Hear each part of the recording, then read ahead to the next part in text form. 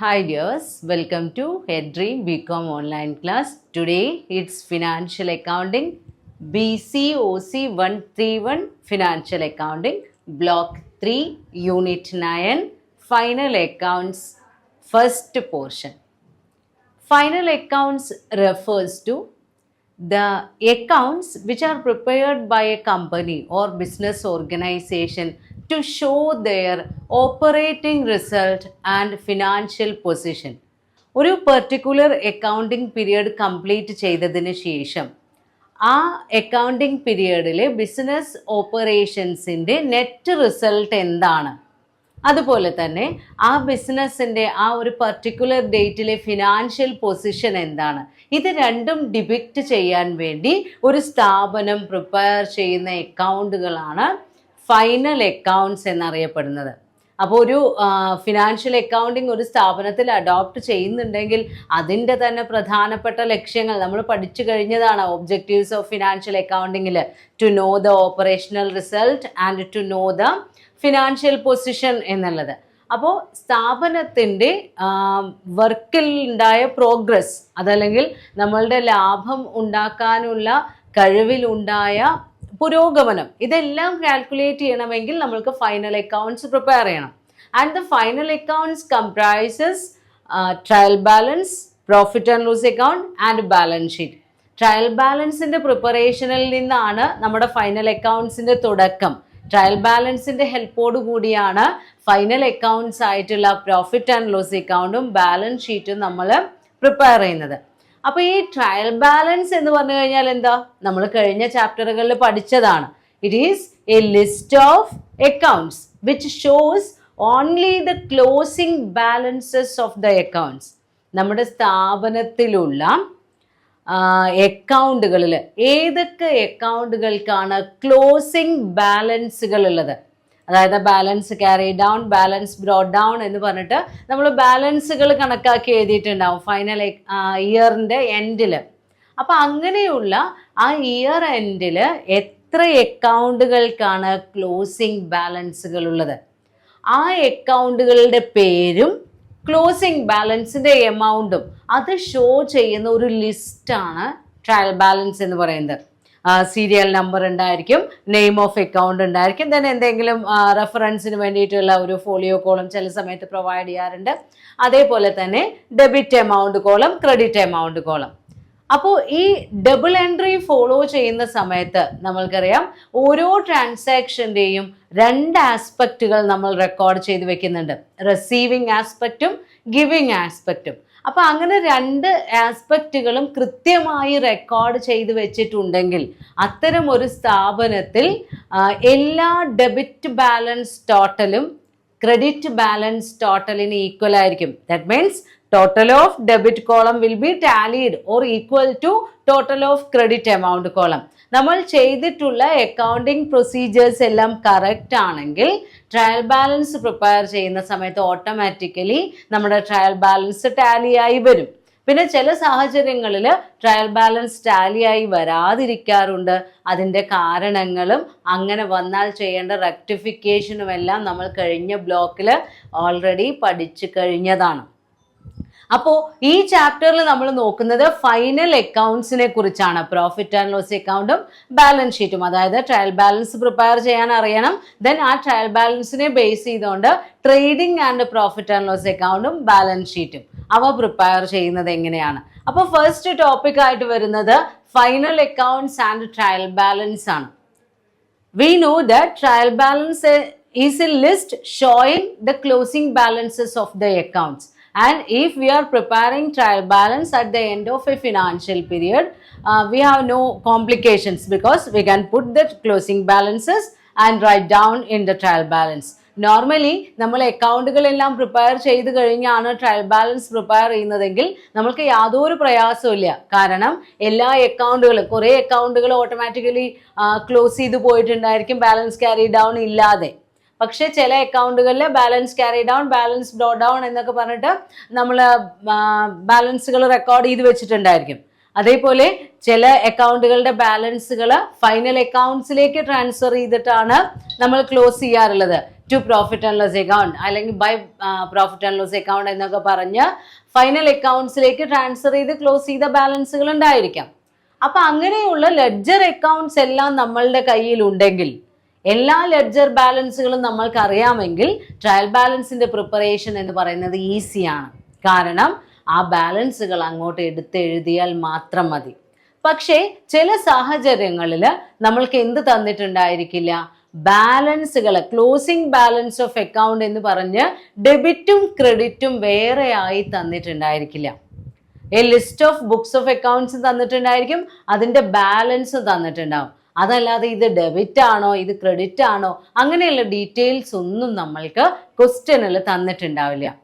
In that respect, we have to use the final accounts rules or the accounting principles. നമ്മൾക്ക് ഡെബിറ്റും ക്രെഡിറ്റും തീരുമാനിക്കാനുള്ള റൂളുകൾ അറിയാം. Types of accounts പഠിക്കുന്ന സമയത്ത് ഓരോ അക്കൗണ്ടിലും ഡെബിറ്റ് എങ്ങനെയാണ് വരുന്നത്, ക്രെഡിറ്റ് എങ്ങനെയാണ് വരുന്നത് എന്ന് മനസ്സിലാക്കിയെടുക്കാനുള്ള റൂൾസ് നമ്മൾക്കറിയാം. ആ റൂൾസിനെ അടിസ്ഥാനമാക്കി വേണം ഏതൊക്കെ അക്കൗണ്ടിനാണ് ഡെബിറ്റ് ബാലൻസ് കൊടുക്കേണ്ടത്, ഏതൊക്കെ അക്കൗണ്ടിനാണ് ക്രെഡിറ്റ് ബാലൻസ് കൊടുക്കേണ്ടത് എന്ന് തീരുമാനിക്കാൻ. അപ്പോൾ while preparing trial balance with the help of A list of accounts and it's balances we have to follow debit and credit rules of financial accounting.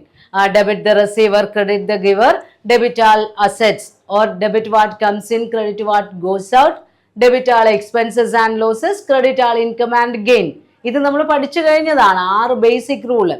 അപ്പൊ അതിലെ ചില റൂളുകളുടെ സഹായത്തോടു കൂടി നമ്മൾക്ക് എന്ത് മനസ്സിലാക്കിയെടുക്കാം, തന്നിട്ടുള്ള അക്കൗണ്ട് ബാലൻസ് ഡെബിറ്റ് ആണോ ക്രെഡിറ്റ് ആണോ എന്ന് മനസ്സിലാക്കിയെടുക്കാം. ഏറ്റവും ആദ്യമായി നോമിനൽ അക്കൗണ്ട്സിന്റെ കേസ് എടുക്കുകയാണെങ്കിൽ നോമിനൽ അക്കൗണ്ട്സിൽ വരുന്നത് എക്സ്പെൻസ്, ലോസ്, ഇൻകം, ഗെയിൻ, ഇങ്ങനെ 4 കാര്യങ്ങളാണ്. അപ്പൊ അതില് all expenses and losses are to be debited. നമ്മൾ എന്ത് ചെയ്യണം, എല്ലാ ചെലവുകളെയും എല്ലാ നഷ്ടങ്ങളെയും ഡെബിറ്റ് ചെയ്യണം. അവർക്ക് ഡെബിറ്റ് ബാലൻസ് ആണ്. അപ്പൊ നോമിനൽ അക്കൗണ്ടിൽ എല്ലാ അക്കൗണ്ട്സ് ഓഫ് എക്സ്പെൻസും ലോസിനും ഉള്ളത് ഡെബിറ്റ് ബാലൻസ് ആണ്. അതേപോലെ എല്ലാ ഇൻകം ആൻഡ് ഗെയിൻ, നോമിനൽ അക്കൗണ്ട്സിന്റെ ഭാഗമായിട്ടുള്ള ഇൻകവും ഗെയിനും വരികയാണെങ്കിൽ അവയ്ക്ക് നൽകേണ്ടത് ക്രെഡിറ്റ് ബാലൻസ് ആണ്. ദെൻ അസറ്റ്സ് ഉണ്ടായിരിക്കും. അസറ്റ്സ് എന്ന് പറഞ്ഞാൽ നമുക്കറിയാം പ്രോപ്പർട്ടീസ് ഹാവിങ് വർത്ത്, ക്യാഷോ വിറ്റാൽ ക്യാഷ് കിട്ടുന്നതോ ആയ ഐറ്റംസ് ആണ് അസറ്റ്സ് ആയിട്ട് നമ്മൾ ട്രീറ്റ് ചെയ്യുന്നത്. നോർമൽ ഫിസിക്കൽ അസറ്റ്സ്, അതല്ലാതെ ഇൻടാഞ്ചിബിൾ അസറ്റ്സ്, അങ്ങനെയുള്ള ഫിക്ടീഷ്യസ് അസറ്റ്സ് ഒക്കെ ഉണ്ട്. അപ്പൊ എല്ലാ അസറ്റ്സിനും ഡെബിറ്റ് ബാലൻസ്. അതുപോലെ ലയബിലിറ്റീസ് വരികയാണെങ്കിൽ ക്രെഡിറ്റ് ബാലൻസ്. ദെൻ വേറെ 2 ഐറ്റമാണ് ക്യാപിറ്റലും ഡ്രോയിങ്സും. ക്യാപിറ്റലിന് ക്രെഡിറ്റ് ബാലൻസ്, ഡ്രോയിങ്സിന് ഡെബിറ്റ് ബാലൻസ്. അപ്പൊ ഈ 6 റൂളുകളും ഓർമ്മിച്ചു വെക്കാം. എല്ലാ എക്സ്പെൻസിനും ലോസിനും ഡെബിറ്റ് ബാലൻസ്, എല്ലാ ഇൻകത്തിനും ഗെയിനിനും ക്രെഡിറ്റ് ബാലൻസ്, എല്ലാ അസറ്റ്സിനും ഡെബിറ്റ് ബാലൻസ്, എല്ലാ ലയബിലിറ്റീസിനും ക്രെഡിറ്റ് ബാലൻസ്, ക്യാപിറ്റലിന് ക്രെഡിറ്റ് ബാലൻസ്, ഡ്രോയിങ്സിന് ഡെബിറ്റ് ബാലൻസ്. ആ റൂള് വെച്ചുകൊണ്ട് നമ്മൾക്ക് അക്കൗണ്ട് ബാലൻസുകളെ റെക്കോർഡ് ചെയ്യാം. ഇനി ചില ഐറ്റംസ് ഉണ്ടായിരിക്കും, ഇപ്പൊ ഇതിലൊന്നും പെടാത്ത വേറെ ചില ഐറ്റംസ് ഉണ്ടായിരിക്കും. പേര് കേട്ടാൽ ഇത് റെസീപ്റ്റ് ആണോ പേയ്മെന്റ് ആണോ എന്ന് മനസ്സിലാക്കാൻ കഴിയില്ല. ഇപ്പൊ എക്സാമ്പിൾ പറയുകയാണെങ്കിൽ ഇൻട്രസ്റ്റ്, ഡിസ്കൗണ്ട്, കമ്മീഷൻ, റെന്റ്, ഇങ്ങനെയുള്ള ചില കാര്യങ്ങൾ പേയ്മെന്റ് ആയിട്ടും വരാറുണ്ട്, റെസീപ്റ്റ് ആയിട്ടും വരാറുണ്ട്. അപ്പൊ ചില സാഹചര്യങ്ങളിൽ നമ്മൾക്ക് ക്വസ്റ്റ്യനിൽ തന്നെ തന്നിട്ടുണ്ടായിരിക്കും റെന്റ് പെയ്ഡ്, അല്ലെങ്കിൽ interest received, commission paid, discount received. അങ്ങനെ ക്വസ്റ്റ്യനിൽ തന്നെ അതിൻ്റെ നാച്ചർ, എക്സ്പെൻസ് ആണോ ഇൻകം ആണോ എന്നുള്ള നാച്ചറിൻ്റെ ഒരു ഇൻഡിക്കേഷൻ ഉണ്ടെങ്കിൽ നമ്മൾക്ക് യാതൊരു പ്രയാസവും ഇല്ല. എക്സ്പെൻസിന് ഡെബിറ്റ് കൊടുക്കുക, ഇൻകം ആണെങ്കിൽ ക്രെഡിറ്റ് കൊടുക്കാം. എന്നാൽ ചില സാഹചര്യങ്ങളിൽ ചില ഐറ്റത്തിൻ്റെ കൂടെ ഇത് തന്നിട്ടുണ്ടാവില്ല. ഇപ്പൊ ഇൻട്രസ്റ്റ് 10,000 എന്ന് നമ്മൾക്ക് ക്വസ്റ്റ്യനിൽ തന്നു എന്ന് വിചാരിക്കാം. നമ്മൾക്ക് അറിയില്ല ഇത് പേയ്മെന്റ് ആണോ റെസിപ്റ്റ് ആണോ എന്നറിയില്ല. ബാക്കി എല്ലാം നമ്മൾക്ക് ഡീറ്റെയിൽ ആയിട്ട് തന്നിട്ടുണ്ട്. ഈ ഒരു ഐറ്റം മാത്രമേ കൺഫ്യൂഷൻ ഉള്ളൂ എങ്കിൽ നമ്മൾ ചെയ്യേണ്ടത് ട്രയൽ ബാലൻസ് പ്രിപ്പയർ ചെയ്യാം. ഈ ഒരു ഐറ്റം ഒഴികെ, ഇൻട്രസ്റ്റ് 10,000 എന്നുള്ളൊരു ഐറ്റം ഒഴികെ ബാക്കി എല്ലാ ഐറ്റംസിനെയും നമ്മൾ എന്ത് ചെയ്യുക, ട്രയൽ ബാലൻസിൽ റെക്കോർഡ് ചെയ്ത് വെക്കാം. എന്നിട്ട് 2 എമൗണ്ട് കോളും ഒന്ന് ടോട്ടൽ ചെയ്ത് നോക്കാം. ഏത് എമൗണ്ട് കോളത്തിലാണ് ഈ 10,000 രൂപയുടെ ഷോർട്ടേജ് വരുന്നത് എങ്കിൽ അവിടേക്ക് ഈ ഇൻട്രസ്റ്റ് പോസ്റ്റ് ചെയ്യാം. ഇപ്പോൾ ഡെബിറ്റ് സൈഡിലാണ് ഷോർട്ടേജ് വരുന്നത് എന്ന് വിചാരിക്കാം. അപ്പോൾ നമ്മൾക്ക് മനസ്സിലാക്കാം ഈ ഇൻട്രസ്റ്റ് പേയ്മെന്റ് ആണ്.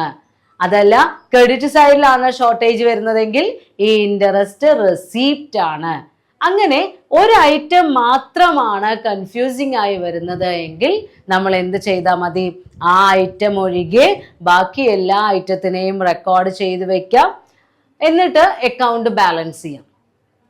അതേപോലെ ട്രയൽ ബാലൻസ് പ്രിപ്പയർ ചെയ്യുന്ന സമയത്ത് ചിലപ്പോൾ ചില ഐറ്റംസ് തരും കോൺട്രാ അസെറ്റ്സ് ആയിട്ട് വരുന്നത്. ഇപ്പോൾ പ്രൊവിഷൻ ഫോർ ബാഡ് ഡെപ്റ്റ്, നമ്മൾക്കൊരു ഐറ്റം തരാണ് പ്രൊവിഷൻ ഫോർ ബാഡ് ഡെപ്റ്റ് 500 രൂപ. അങ്ങനെ തന്നു കഴിഞ്ഞാൽ ഈ ബാഡ് ഡെപ്റ്റ് എന്ന് പറഞ്ഞാൽ നമുക്കറിയാം കിട്ടാക്കടമാണ്. കസ്റ്റമേഴ്സിന് കടം കൊടുത്തിട്ടുണ്ട്, പക്ഷെ അതിൽ നിന്ന് ഇറിക്കവറബിൾ ആയിട്ടുള്ള എമൗണ്ട്, ചാൻസ് ഓഫ് ഇറിക്കവറബിൾ എമൗണ്ടിനെയാണ് നമ്മൾ ബാഡ് ഡെപ്റ്റ് എന്ന് പറയുന്നത്. അത് കിട്ടില്ല, നമുക്ക് കിട്ടാനുള്ളതാണ് പക്ഷെ കിട്ടില്ല. അപ്പൊ അതൊരു നഷ്ടമാണ് നമ്മൾക്ക്. ഡെപ്റ്റേഴ്സ് എന്ന് പറയുന്ന ആ കിട്ടാനുള്ള അസെറ്റിൽ വരുന്ന ഒരു റിഡക്ഷൻ ആണിത്. അപ്പൊ അസെറ്റ് മൈനസ് ചെയ്യിക്കുന്ന ഒരു സാധനമാണ്. അതിനെയാണ് നമ്മൾ കോൺട്രാ അസെറ്റ് എന്ന് പറയുന്നത്. അപ്പോൾ അതിനു വേണ്ടി പ്രൊവിഷൻ നീക്കി വെക്കുമ്പോൾ അതിനെ കോൺട്രാ അസെറ്റ് ആയിട്ട് റെക്കോർഡ് ചെയ്ത് വെക്കണം. അതായത് സിമ്പിൾ സെൻസിൽ പറയുകയാണെങ്കിൽ പ്രൊവിഷൻ ഫോർ ബാഡ് ഡെപ്റ്റ് വന്നു കഴിഞ്ഞാൽ ക്രെഡിറ്റ് സൈഡിലാണ് എഴുതേണ്ടത്. അസെറ്റ് നമ്മൾ ഡെബിറ്റിലല്ലേ എഴുതുക. അപ്പോൾ അസെറ്റിനെ റെഡ്യൂസ് ചെയ്യുന്ന ഒരു ഐറ്റമാണിത്. അതുകൊണ്ട് ഇതിനെ നമ്മൾ എവിടെ എഴുതണം, ക്രെഡിറ്റ് സൈഡിൽ എഴുതി വെക്കണം. അപ്പോൾ ട്രയൽ ബാലൻസ് കറക്റ്റ് ആണെങ്കിൽ അതിനെ ബേസ് ചെയ്ത് പ്രിപ്പയർ ചെയ്യുന്ന ഫൈനൽ അക്കൗണ്ട്സും കറക്റ്റ് ആയിരിക്കും. നമ്മൾ കൃത്യമായി അഡ്ജസ്റ്റ്മെൻറ്റുകളൊക്കെ എൻ്റർ ചെയ്ത് കാൽക്കുലേറ്റ് ചെയ്ത് പ്രിപ്പയർ ചെയ്യുന്ന ഫൈനൽ അക്കൗണ്ട്സും കറക്റ്റ് ആയിരിക്കും. ദെൻ നമ്മൾക്ക് ട്രയൽ ബാലൻസിൻ്റെ ഒരു ഇല്ലുസ്ട്രേഷൻ നോക്കാം. ഫസ്റ്റ് ക്വസ്റ്റ്യൻ ആണ്, prepare a trial balance from the following balances extracted from the books of Sudhakaras on March 31st, 2018. 2018 March 31 Sudhakaras എന്ന് പറയുന്ന എസ്റ്റാബ്ലിഷ്മെൻറ്റിൽ അവരുടെ ആ കമ്പനിയിലുള്ള കുറച്ച് അക്കൗണ്ട് ബാലൻസുകളാണ് നമ്മൾക്ക് തന്നിട്ടുള്ളത്. ബുക്സ് ഓഫ് അക്കൗണ്ട്സിൻ്റെ balance.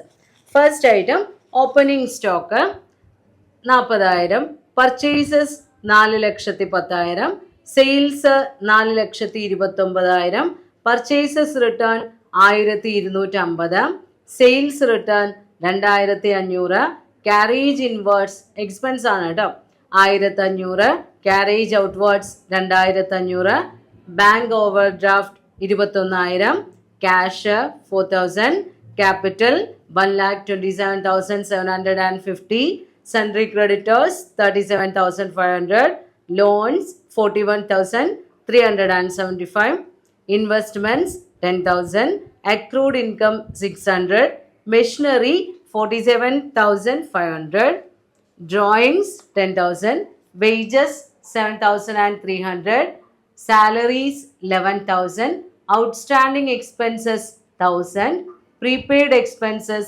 750, postage 900, discount received 375, discount allowed 1,000, bad debt 750, sundry debtors 1 lakh, interest 3,500, interest received 300, provision for bad debt 1,750, furniture and fixtures 7,500. ഇത്രയും ഐറ്റംസ് ആണ് നമ്മൾക്ക് തന്നിട്ടുള്ളത്. നമ്മളോട് പറഞ്ഞിട്ടുള്ളത് എന്ത് പ്രിപ്പയർ ചെയ്യാനാണ്, പ്രിപ്പയർ എ ട്രയൽ ബാലൻസ്. അപ്പോൾ ട്രയൽ ബാലൻസ് എന്ന് പറഞ്ഞു കഴിഞ്ഞാൽ നമ്മൾക്കറിയാം അതൊരു ലിസ്റ്റ് ആണ് അല്ലേ. നമ്മൾക്ക് തന്നിട്ടുള്ള അക്കൗണ്ട് ബാലൻസുകളെ ഡെബിറ്റും ക്രെഡിറ്റുമായി വേർതിരിച്ചെഴുതുന്ന ഒരു ലിസ്റ്റിനെയാണ് ട്രയൽ ബാലൻസ് എന്ന് പറയുന്നത്. It is prepared to check the arithmetical accuracy of the prepared accounts. നമ്മൾ പ്രിപ്പയർ ചെയ്ത അക്കൗണ്ടുകളുടെ അരിത്തമാറ്റിക്കൽ അക്യുറസി ചെക്ക് ചെയ്യാൻ വേണ്ടിയാണ് ട്രയൽ ബാലൻസ് പ്രിപ്പയർ ചെയ്യുന്നത്. അപ്പോൾ നമ്മൾക്ക് ആദ്യം ട്രയൽ ബാലൻസ് വരയ്ക്കാം. അതിൽ name of accounts, debit amount column, credit amount column.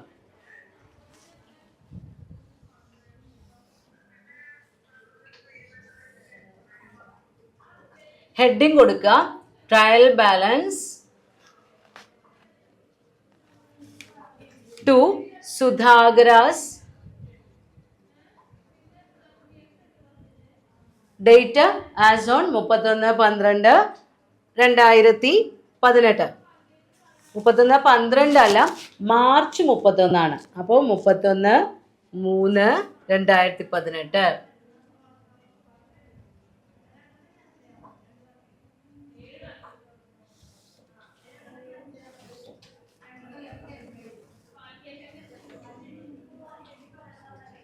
Particulars, debit balances,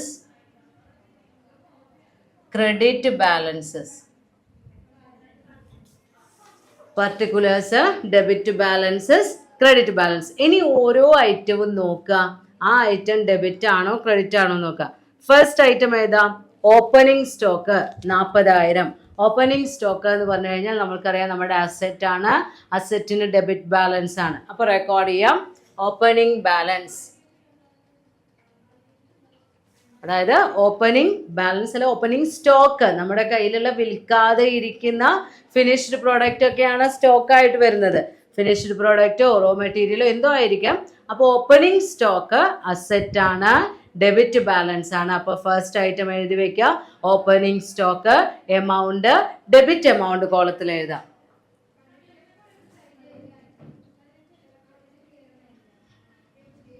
$40,000 debit amount കോളത്തിൽ. നെക്സ്റ്റ് ഐറ്റം പർച്ചേസസ് ആണ്, 4,10,000.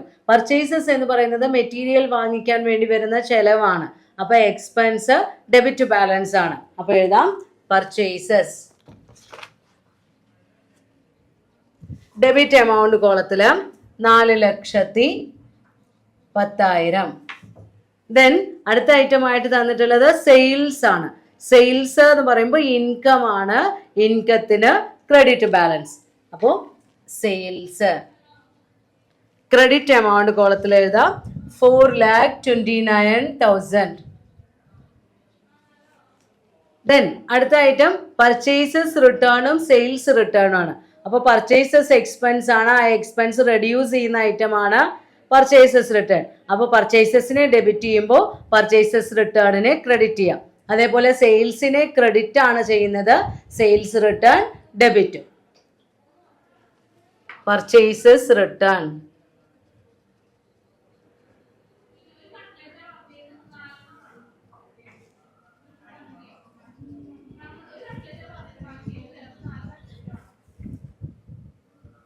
Sales return.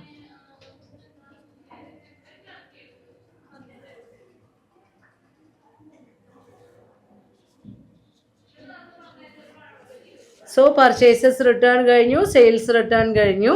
ഇനി ക്യാരേജ് ഇൻവേർഡ്സും ക്യാരേജ് ഔട്ട്വേർഡ്സ് ആണ്. രണ്ടും എക്സ്പെൻസ് ആണ്, രണ്ടും debit balance.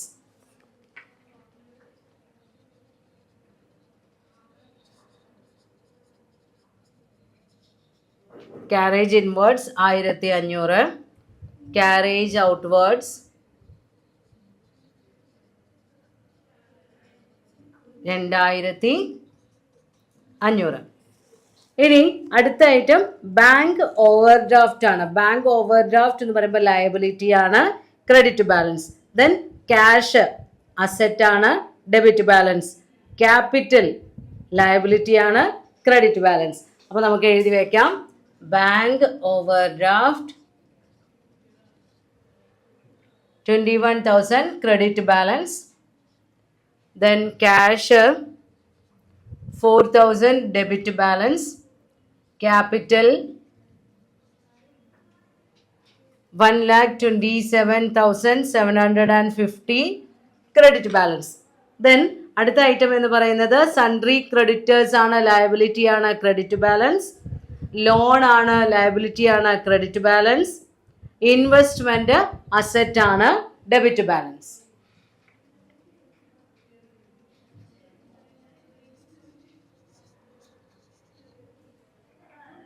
Creditors 37,500 credit balance. Then loan liability ആണ്, credit balance 41,375.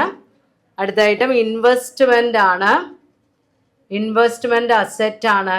അപ്പോൾ debit balance 10,000. Then അടുത്ത ഐറ്റം എന്ന് പറയുന്നത് അക്രൂഡ് ഇൻകം ആണ്. Income earned but not received ആണ്. അപ്പോൾ നമ്മളുടെ അസെറ്റ് ആണ് 600. ദെൻ മെഷീനറി അസെറ്റ് ആണ് 47,500 ഡെബിറ്റ് ബാലൻസ് ആണ്. ഡ്രോയിങ്സ് ഡെബിറ്റ് ബാലൻസ് ആണ് 10,000. വേജസ് എക്സ്പെൻസ് ആണ് ഡെബിറ്റ് ബാലൻസ് ആണ് 7,300. സാലറീസ് എക്സ്പെൻസ് ആണ് ഡെബിറ്റ്. ഔട്ട്സ്റ്റാൻഡിങ് എക്സ്പെൻസ് ലയബിലിറ്റി ആണ്. അപ്പോൾ credit balance.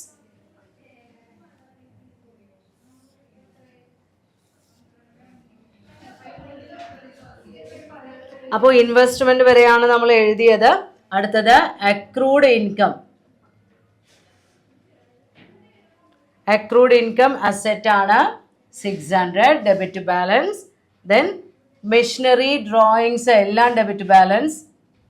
Machinery drawings amount 47,500 10,000. Then എക്സ്പെൻസുകൾ വേജസ് സാലറീസ് രണ്ടും ഡെബിറ്റ് ബാലൻസ് ആണ് 7,300 11,000. അടുത്ത ഐറ്റം ലയബിലിറ്റി ആണ്. നമ്മൾ പറഞ്ഞു ഔട്ട്സ്റ്റാൻഡിങ് എക്സ്പെൻസ് ആണ്. എത്ര രൂപയാണ്? 1000 രൂപ. അപ്പോൾ ഔട്ട്സ്റ്റാൻഡിങ് എക്സ്പെൻസ് ക്രെഡിറ്റ് എമൗണ്ട് കോളത്തിൽ 1000. ദെൻ അടുത്ത ഐറ്റം പ്രീപെയ്ഡ് എക്സ്പെൻസ് ആണ്. അസെറ്റ് ആണ്. പ്രീപെയ്ഡ് എക്സ്പെൻസ് എന്ന് പറഞ്ഞാൽ മുന്നേ കൂട്ടി നമ്മൾ എക്സ്പെൻസിന് വേണ്ടി പേയ്മെന്റ് കൊടുത്തു കഴിഞ്ഞു. അപ്പോൾ അത് അസെറ്റ് ആണ് ഡെബിറ്റ് ബാലൻസ്. പോസ്റ്റേജ് എക്സ്പെൻസ് ആണ് debit balance. Discount received income ആണ് credit balance. Discount allowed expense ആണ് ഡെബിറ്റ് ബാലൻസ്. ബാഡ് ഡെപ്റ്റ് ലോസ് ആണ്, നഷ്ടമാണ്. അപ്പോൾ debit balance. Sundry debtors asset ആണ് ഡെബിറ്റ് ബാലൻസ്. ഇൻട്രസ്റ്റ് പേയ്മെന്റ് ആണ് 3,500. അപ്പോൾ ഡെബിറ്റ് ബാലൻസ്. പിന്നെ ഇൻട്രസ്റ്റ് റിസീവ്ഡ് വേറെ തന്നിട്ടുണ്ട്, ഇൻകം ആണ് ക്രെഡിറ്റ് ബാലൻസ് 300 രൂപ.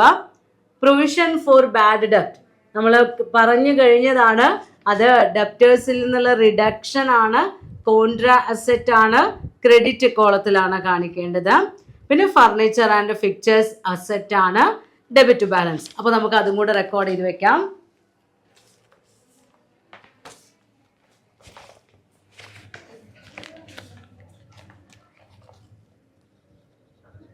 Prepaid expense asset amount 750. Postage 900. Discount received receipt ആണ്. അപ്പോൾ credit column 375. Discount allowed expense ആണ്. അപ്പോൾ ഡെബിറ്റ് ആണ് 1,000 rupees. ബാഡ് ഡെപ്റ്റ് ലോസ് ആണ്. ഡെബിറ്റ് ബാലൻസ് ആണ് 750. സൺട്രി ഡെപ്റ്റേഴ്സ് അസെറ്റ് ആണ്. അപ്പോൾ ഡെബിറ്റ് ബാലൻസ് ആണ് 1 lakh. ദെൻ ഇൻട്രസ്റ്റ് റിസീവ്ഡ് വേറെ തന്നിട്ടുണ്ട്. അപ്പോൾ ആദ്യം തന്ന ഇൻട്രസ്റ്റ് പേയ്മെന്റ് ആണ് debit amount column. Then interest received receipt ആണ്. അതുകൊണ്ട് തന്നെ ക്രെഡിറ്റ് കോളത്തിൽ എഴുതാം 300 രൂപ. പ്രൊവിഷൻ ഫോർ ബാഡ് ഡെപ്റ്റ് നമ്മൾ പറഞ്ഞു കോൺട്രാ അസെറ്റ് ആണ്. അപ്പോൾ 1,750 ക്രെഡിറ്റ് കോളത്തിൽ. Then last item furniture and fixtures asset ആണ് 7,500 രൂപ ഡെബിറ്റ് കോളം. അപ്പോൾ തന്നിട്ടുള്ള എല്ലാ ഐറ്റവും നമ്മൾ റെക്കോർഡ് ചെയ്ത് വെച്ച് കഴിഞ്ഞു. ഇനി എന്ത് ചെയ്യുക? ട്രയൽ ബാലൻസ് ടോട്ടൽ ചെയ്യാം.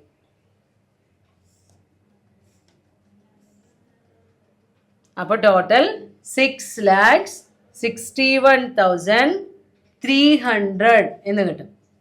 6,61,300. അപ്പോൾ ക്വസ്റ്റ്യനിൽ തന്നിട്ടുള്ള എല്ലാ ഐറ്റംസും അക്കൗണ്ടിങ് പ്രിൻസിപ്പിൾസ് പ്രകാരം നമ്മൾ കറക്റ്റ് ആയിട്ടാണ് ഡെബിറ്റും ക്രെഡിറ്റും ആക്കി എഴുതുന്നത് എങ്കിൽ നമ്മളുടെ ട്രയൽ ബാലൻസ് ടാലി ആവും. ഇനി ചില സമയങ്ങളിൽ ട്രയൽ ബാലൻസ് ടാലി ആയിട്ടുണ്ടാവും, പക്ഷേ അക്കൗണ്ടൻസി അറിയാവുന്ന ഒരാൾ വന്ന് ട്രയൽ ബാലൻസ് ചെക്ക് ചെയ്യുന്ന സമയത്ത് ചിലപ്പോൾ ട്രയൽ ബാലൻസിൽ മിസ്റ്റേക്കുകൾ കണ്ടു എന്ന് വരാം. അപ്പം അങ്ങനെയുള്ള കേസിൽ നമ്മൾ ആ ട്രയൽ ബാലൻസ് ടോട്ടൽ ടാലി ആയിരിക്കും, പക്ഷേ എന്തെങ്കിലും മിസ്റ്റേക്കുകൾ ഉണ്ടോ എന്ന് ചെക്ക് ചെയ്ത് വേണം ടാലി ആയ എമൗണ്ട് കറക്റ്റ് അല്ലേ എന്ന് ഉറപ്പുവരുത്താം.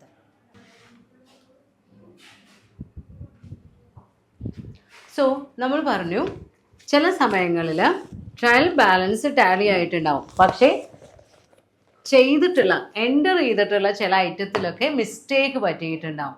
അങ്ങനെ ആകുമ്പോൾ നമ്മൾ ട്രയൽ ബാലൻസ് ആദ്യം കറക്റ്റായിട്ട് ചെക്ക് ചെയ്യണം, എല്ലാതും റൂൾസ് പ്രകാരമല്ലേ എൻ്റർ ചെയ്തിട്ടുള്ളതെന്ന്. ഇപ്പോൾ ഇതിൽ ഇല്ലുസ്ട്രേഷൻ സെക്കൻഡിൽ നിങ്ങൾക്ക് തന്നിട്ടുള്ള question, and inexperienced accountant provides you with the following trial balance. In case you find it to be incorrect, prepare it again so as to remove its defect. അതായത് നിങ്ങൾക്ക് inexperienced ആയിട്ടുള്ള ഒരു accountant prepare ചെയ്തിട്ടുള്ള ഒരു trial balance തന്നിട്ടുണ്ട്, നിങ്ങൾ അത് പരിശോധിക്കുക. എന്നിട്ട് അതിൽ എന്തെങ്കിലും മിസ്റ്റേക്ക് കണ്ടെത്തിയാൽ വീണ്ടും കറക്റ്റ് ആയിട്ടുള്ള ഒരു ട്രയൽ ബാലൻസ് പ്രിപ്പയർ ചെയ്യാനാണ് പറഞ്ഞിട്ടുള്ളത്. അപ്പോൾ ട്രയൽ ബാലൻസ് ക്വസ്റ്റ്യൻ ചെക്ക് ചെയ്ത് നോക്കാം. Name of accounts, debit, credit, ledger, folio, അങ്ങനെ കറക്റ്റ് ഫോർമാറ്റിലാണ് ക്വസ്റ്റ്യൻ വന്നിട്ടുള്ളത്. ഫസ്റ്റ് ഐറ്റം സ്റ്റോക്ക് ആണ്. ഓപ്പണിംഗ് സ്റ്റോക്കിൽ വരുന്ന ഐറ്റംസ് ആയിട്ട് ബിൽഡിംഗ് ഉണ്ട്, ബിൽസ് പേയബിൾ ഉണ്ട്, ബാങ്ക് ഓവർ ഡ്രാഫ്റ്റ് ഉണ്ട്, ക്യാപിറ്റൽ ഉണ്ട്, ഫർണിച്ചർ ഉണ്ട്, ഡിസ്കൗണ്ട് അലൗഡ് ഉണ്ട്. അങ്ങനെ കുറേ ഐറ്റം നമ്മുടെ നെയിം ഓഫ് അക്കൗണ്ടിൽ തന്നിട്ടുണ്ട്. അതിൽ ചെറിയൊരു പ്രിന്റിംഗ് മിസ്റ്റേക്ക് ഉണ്ട്. നിങ്ങളുടെ ടെക്സ്റ്റിൽ ബിൽസ് പേയബിൾ എന്നുള്ളതിന് ബിൽഡിങ്ങിൻ്റെ കൂടെയാണ് ബിൽസ് അടിച്ചു വന്നിട്ടുള്ളത്, പേയബിൾ എന്നുള്ളത് താഴത്തെ ലൈനിലുമാണ്.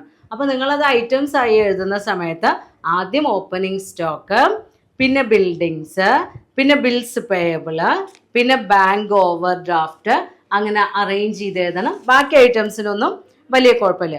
അപ്പോൾ ഫസ്റ്റ് ഐറ്റം ഓപ്പണിംഗ് സ്റ്റോക്ക് എന്ന് പറയുന്ന സമയത്ത് നമ്മൾ ഓപ്പണിംഗ് സ്റ്റോക്ക് എന്താണ്? നമ്മുടെ അസെറ്റ് ആണ്, അതിന് ഡെബിറ്റ് ബാലൻസ് ആണ്. അപ്പോൾ അത് കറക്റ്റ് ആയിട്ടാണോ ചെയ്തിട്ടുള്ളത് നോക്കി നോക്കൂ. ശരിയാണ്, ഓപ്പണിംഗ് സ്റ്റോക്ക് 10,500 രൂപ ഡെബിറ്റ് കോളത്തിൽ തന്നെയാണ് എഴുതിയിട്ടുള്ളത്. പക്ഷേ ഇയാൾ എന്തൊക്കെ എങ്ങനെ എഴുതിയാലും ടോട്ടൽ കിട്ടിയിട്ടുണ്ട്. 91,650 എന്നുള്ള ഡെബിറ്റ് ടോട്ടലും ക്രെഡിറ്റ് ടോട്ടലും ഈക്വലായി വന്നിട്ടുണ്ട്.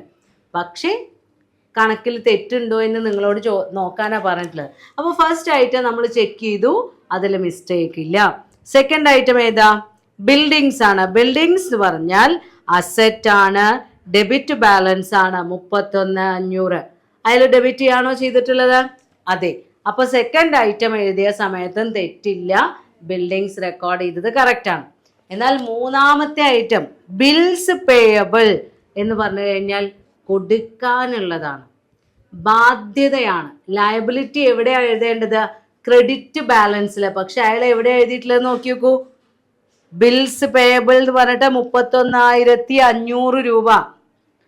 31,500 രൂപ ബിൽഡിങ്സ് ആണ്. ബിൽസ് പേയബിൾ അടുത്ത ഐറ്റമായിട്ടാണ് തന്നിട്ടുള്ളത്. 1,800 രൂപ അയാൾ എഴുതിയിട്ടുള്ളത് ഡെബിറ്റ് എമൗണ്ട് കോളത്തിലാണ്. അവിടെയാണോ എഴുതേണ്ടത്? അല്ല, ബിൽസ് പേയബിൾ ക്രെഡിറ്റ് എമൗണ്ട് കോളത്തിലാണ് എഴുതേണ്ടത്. അപ്പം നമ്മൾ ട്രയൽ ബാലൻസ് പ്രിപ്പയർ ചെയ്യുമ്പോൾ അത് എവിടെ എഴുതാം? ക്രെഡിറ്റ് എമൗണ്ട് കോളത്തിൽ എഴുതാം. നിങ്ങളത് ഒപ്പം പ്രിപ്പയർ ചെയ്ത് പോന്നാൽ മതി, ഞാൻ ബോർഡിൽ എഴുതുന്നില്ല. തെറ്റായ ഐറ്റംസ് മാത്രം കറക്റ്റ് ചെയ്ത് എഴുതാം. അപ്പോൾ ബിൽസ് പേയബിൾ ക്രെഡിറ്റ് സൈഡിലാണ്. ഇപ്പം നമുക്ക് 2 ഐറ്റം ഡെബിറ്റിലും വന്നു, 1 ഐറ്റം ക്രെഡിറ്റിലും വന്നു. ഇനി അടുത്ത ഐറ്റം ഏതാ? ബാങ്ക് ഓവർ ഡ്രാഫ്റ്റ് ആണ്. ബാധ്യതയല്ലേ? ബാങ്കിൽ നിന്ന് അക്കൗണ്ട് ഉള്ളതിനേക്കാൾ പൈസ കൂടുതൽ വിഡ്രോ ചെയ്തിരിക്കുകയാണ്, അത് അങ്ങോട്ട് തന്നെ തിരിച്ചു കൊടുക്കണം. അപ്പോൾ ലയബിലിറ്റി ആണ്. അപ്പോൾ അത് ഏത് ബാലൻസാണ് വരിക? ക്രെഡിറ്റ് ബാലൻസ് ആണ്. അപ്പോൾ ബാങ്ക് ഓവർ ഡ്രാഫ്റ്റ് എമൗണ്ട് എത്രയാ? 1,500 രൂപ. അതും നമ്മൾ എവിടെ എഴുതണം? ക്രെഡിറ്റ് കോളത്തിൽ എഴുതണം. ശരിയാക്കി പ്രിപ്പയർ ചെയ്യുമ്പോൾ അത് ക്രെഡിറ്റ് കോളത്തിൽ എഴുതാം. ദെൻ അടുത്ത ഐറ്റം ക്യാപിറ്റൽ. 45,000 രൂപ ക്യാപിറ്റല് ലയബിലിറ്റി ആണ്, ക്രെഡിറ്റ് സൈഡിലാണ് എഴുതേണ്ടത്. അയാളും ക്രെഡിറ്റ് സൈഡിൽ തന്നെ എഴുതിയിട്ടുള്ളത്. അപ്പോൾ നമ്മൾ കറക്റ്റ് ചെയ്ത് എഴുതുന്ന ട്രയൽ ബാലൻസിൽ എഴുതാം ക്യാപിറ്റൽ ക്രെഡിറ്റ് എമൗണ്ട് കോളത്തിൽ 45,000. അടുത്തായിട്ട് നോക്കി നോക്കൂ, ഫർണിച്ചർ. ഫർണിച്ചർ 12,000 രൂപയാണ്. ഫർണിച്ചർ എന്ന് പറഞ്ഞാൽ എന്താണ്? നമ്മുടെ അസറ്റ് ആണ്, ഡെബിറ്റ് സൈഡിലാണ് എഴുതേണ്ടത്. അയാൾ എവിടെയാണ് എഴുതിയിട്ടുള്ളത്? ക്രെഡിറ്റിൽ. തെറ്റല്ലേ? അപ്പോൾ ശരിയാക്കി എഴുതുമ്പോൾ നമ്മൾ എവിടെ എഴുതണം? ഫർണിച്ചർ എന്ന് എഴുതാം, ഡെബിറ്റ് എമൗണ്ട് കോളത്തിൽ 12,000. ഇനി അടുത്തായിട്ട് നോക്കി നോക്കൂ, ഡിസ്കൗണ്ട് അലൗഡ് 90 രൂപ ചെലവാണ്. ഡിസ്കൗണ്ട് അലൗഡ് എന്ന് പറഞ്ഞാൽ എക്സ്പെൻസ് ആണ്, ഡെബിറ്റ് എമൗണ്ട് കോളത്തിലാണ് എഴുതേണ്ടത്. അയാളും ഡെബിറ്റിൽ തന്നെയാണ് എഴുതിയിട്ടുള്ളത്. അപ്പം നമ്മളും ഡെബിറ്റിൽ തന്നെ എഴുതാം. അടുത്തത് ലോൺ ഫ്രം സുരേഷ്. സുരേഷിന്റെ കയ്യിൽ നിന്ന് ലോൺ വാങ്ങിയിട്ടുണ്ട് 39,000 രൂപ. ലോൺ എന്ന് പറഞ്ഞാൽ എന്താ? ബാധ്യതയല്ലേ? അപ്പൊ ലോൺ ഫ്രം സുരേഷ് ബാധ്യതയാണ്. അപ്പൊ നമ്മൾ എവിടെ എഴുതണം? അതിലെ എമൗണ്ട് പ്രിന്റ് ചെയ്ത് വന്നപ്പോൾ സെയിൽസ് നമ്മൾ അതിൻ്റെ ഇടയിൽ പറഞ്ഞിട്ടില്ല കേട്ടോ. ഡിസ്കൗണ്ട് അലൗഡ് 90 രൂപ കഴിഞ്ഞാൽ അടുത്ത ഐറ്റം ഏതാണ്? സെയിൽസ് ആണ് 39,000. ഇൻകം ആണ്, ക്രെഡിറ്റ് സൈഡിലാണ്. ദെൻ ലോൺ ഫ്രം സുരേഷ് എന്ന് പ്രിന്റ് ചെയ്തിട്ടുള്ളത് പേജിന്റെ അപ്പുറത്താണ്, എമൗണ്ട് അപ്പുറത്തെ കോളത്തിലും. 2,400 രൂപ അത് ഡെബിറ്റിലാണ് കൊടുത്തിട്ടുള്ളത്. ലോണ് ബാധ്യതയാണ്, ക്രെഡിറ്റിലാണ് കൊടുക്കേണ്ടത്. അപ്പൊ നമ്മൾ ശരിയാക്കി എഴുതുമ്പോൾ എവിടെ എഴുതണം? ക്രെഡിറ്റ് സൈഡിൽ എഴുതണം. Loan from Suresh 2,400. അടുത്ത ഐറ്റം ഏതാ? കാരേജ് ഇൻവേർഡ്സ് ആണ് 270. എക്സ്പെൻസ് ആണ്, അദ്ദേഹവും ഡെബിറ്റ് ചെയ്യാണ് ചെയ്തിട്ടുള്ളത്, നമ്മളും ഡെബിറ്റ് ചെയ്യാം എക്സ്പെൻസ്. അടുത്ത ഐറ്റം ഏതാ? ബിൽസ് റെസീവബിൾ 3,000 രൂപ കിട്ടാനുള്ളതാണ്. അപ്പൊ അസറ്റ് ആണ്, അസറ്റിന് ഡെബിറ്റ് ബാലൻസ് ആണ്. അപ്പൊ നമ്മൾ എവിടെയാണ് എഴുതേണ്ടത്? ഡെബിറ്റില്. പക്ഷെ അയാൾ എവിടെയാണ് എഴുതിയിട്ടുള്ളത്? ക്രെഡിറ്റിലാണ്. അപ്പൊ അത് ശരിയാക്കി എഴുതാം. ബിൽസ് റെസീവബിൾ 3,000 രൂപ ഡെബിറ്റ് കോളം. ദെൻ അടുത്തത് ഏതാ? പർച്ചേസസ്. പർച്ചേസസ് എന്ന് പറയുന്നത് എക്സ്പെൻസ് അല്ലേ? എത്ര രൂപയാണ്? 24,000. എക്സ്പെൻസിന് ഡെബിറ്റ് ബാലൻസ് ആണ്. പക്ഷേ നമ്മുടെ അക്കൗണ്ടന്റ് എവിടെയാ കൊണ്ട് എഴുതിയിട്ടുള്ളത്? ക്രെഡിറ്റിലാണ്. അപ്പൊ നമ്മൾ അത് ശരിയാക്കി എഴുതാം, ഡെബിറ്റ് ചെയ്യുക. പർച്ചേസസ് 24,000. അടുത്തത് സാലറീസ് ആണ് 3,300. സാലറീസ് എക്സ്പെൻസ് ആണ്, എക്സ്പെൻസിന് ഡെബിറ്റ് ബാലൻസ് ആണ്. അപ്പൊ അത് ഡെബിറ്റ് കോളത്തിലാണ് എഴുതേണ്ടത്. അപ്പൊ നമ്മൾ കറക്റ്റ് ചെയ്തിട്ട് അത് ഡെബിറ്റ് കോളത്തിൽ എഴുതാം. അടുത്തായിട്ട് ഇൻവെസ്റ്റ്മെന്റ്സ് ആണ് 3,000. അസറ്റ് ആണ്, ഡെബിറ്റ് ബാലൻസ് ആണ്, അദ്ദേഹം കറക്റ്റ് ആയിട്ടാണ് എഴുതിയിട്ടുള്ളത്. അപ്പൊ നമ്മളും അത് അതേപോലെ എഴുതാം. ഇൻവെസ്റ്റ്മെന്റ് ഡെബിറ്റ് കോളത്തിൽ 3,000. Then interest on investment 1,650. Income ആണ്, ക്രെഡിറ്റ് ചെയ്യാം. അദ്ദേഹം ക്രെഡിറ്റ് ചെയ്തിട്ടുണ്ട്, നമ്മളും ക്രെഡിറ്റ് ചെയ്യാം. അടുത്തത് റിട്ടേൺ ഇൻവേർഡ്സ് 900. സെയിൽസ് റിട്ടേൺ ആണ്, ഡെബിറ്റ് ബാലൻസ് ആണ്, കറക്റ്റ് ആയിട്ടാണ് എഴുതിയിട്ടുള്ളത്, നമ്മളും റെക്കോർഡ് ചെയ്യും 900. ദെൻ റിട്ടേൺ ഔട്ട്വേർഡ്സ് 300 രൂപ. പർച്ചേസസ് റിട്ടേൺ ആണ്, ക്രെഡിറ്റ് ചെയ്യേണ്ടതാണ്. പക്ഷേ അദ്ദേഹം എന്താ ചെയ്തിട്ടുള്ളത്? ഡെബിറ്റ് ചെയ്യുക ചെയ്തിട്ടില്ല. അപ്പം നമ്മൾ അത് ശരിയാക്കുക. റിട്ടേൺ ഔട്ട്വേർഡ്സ് എന്ന് എഴുതുക, ക്രെഡിറ്റ് കോളത്തിൽ 300. ദെൻ അടുത്ത ഐറ്റം ഇൻഷുറൻസ് പ്രീമിയം 360 രൂപ. ഇൻഷുറൻസ് പ്രീമിയം പേയ്മെന്റ് കൊടുക്കുന്നതാണ് അല്ലേ? എക്സ്പെൻസ് ആണ്, ഡെബിറ്റ് ബാലൻസ് ആണ്. അപ്പം നമ്മളത് ഡെബിറ്റിൽ റെക്കോർഡ് ചെയ്യുക. Insurance premium 360. അടുത്ത ഐറ്റം ഏതാ? ഇൻട്രസ്റ്റ് ഓൺ ലോൺ പേയ്മെന്റ് ആണ് 30 രൂപ. ലോണിന്റെ പലിശ കൊടുത്തു. അപ്പൊ ഇൻട്രസ്റ്റ് ഓൺ ലോൺ ഡെബിറ്റ് കോളത്തിൽ എഴുതാം 30 രൂപ. ദെൻ അഡ്വർടൈസ്മെന്റ് എക്സ്പെൻസ് അല്ലേ? 1,200 രൂപ ഡെബിറ്റിലാണ് എഴുതേണ്ടത്. പക്ഷെ നമ്മുടെ അക്കൗണ്ടന്റ് എവിടെയാണ് എഴുതിയിട്ടുള്ളത്? ക്രെഡിറ്റിലാണ് എഴുതിയിട്ടുള്ളത്. അപ്പൊ അത് തെറ്റാണ്, നമ്മളത് ശരിയാക്കി എഴുതാം. അഡ്വർടൈസ്മെന്റ് ഡെബിറ്റില് 1,200. ദെൻ ലാസ്റ്റ് ഐറ്റം ഡ്രോയിങ്സ് ആണ്. ഡ്രോയിങ്സ് 1,500 രൂപ. അക്കൗണ്ടന്റ് എവിടെയാണ് എഴുതിയിട്ടുള്ളത്? ക്രെഡിറ്റില്. ഡ്രോയിങ്സ് ക്രെഡിറ്റ് ആണോ? അല്ല, ക്യാപിറ്റൽ ക്രെഡിറ്റും ഡ്രോയിങ്സ് ഡെബിറ്റുമാണ്. അപ്പൊ ഡ്രോയിങ്സ് ഡെബിറ്റ് കറക്റ്റ് ചെയ്തിട്ട് നമ്മൾ നമ്മുടെ ട്രയൽ ബാലൻസിൽ എഴുതാ ഡ്രോയിങ്സ് ഡെബിറ്റ് കോളം 1500. അപ്പോൾ രണ്ട് സൈഡും ടോട്ടൽ ചെയ്യുക. അപ്പോൾ നമുക്ക് ടാലി ആയി കിട്ടിയ എമൗണ്ട് എത്ര തന്നെയാണ്?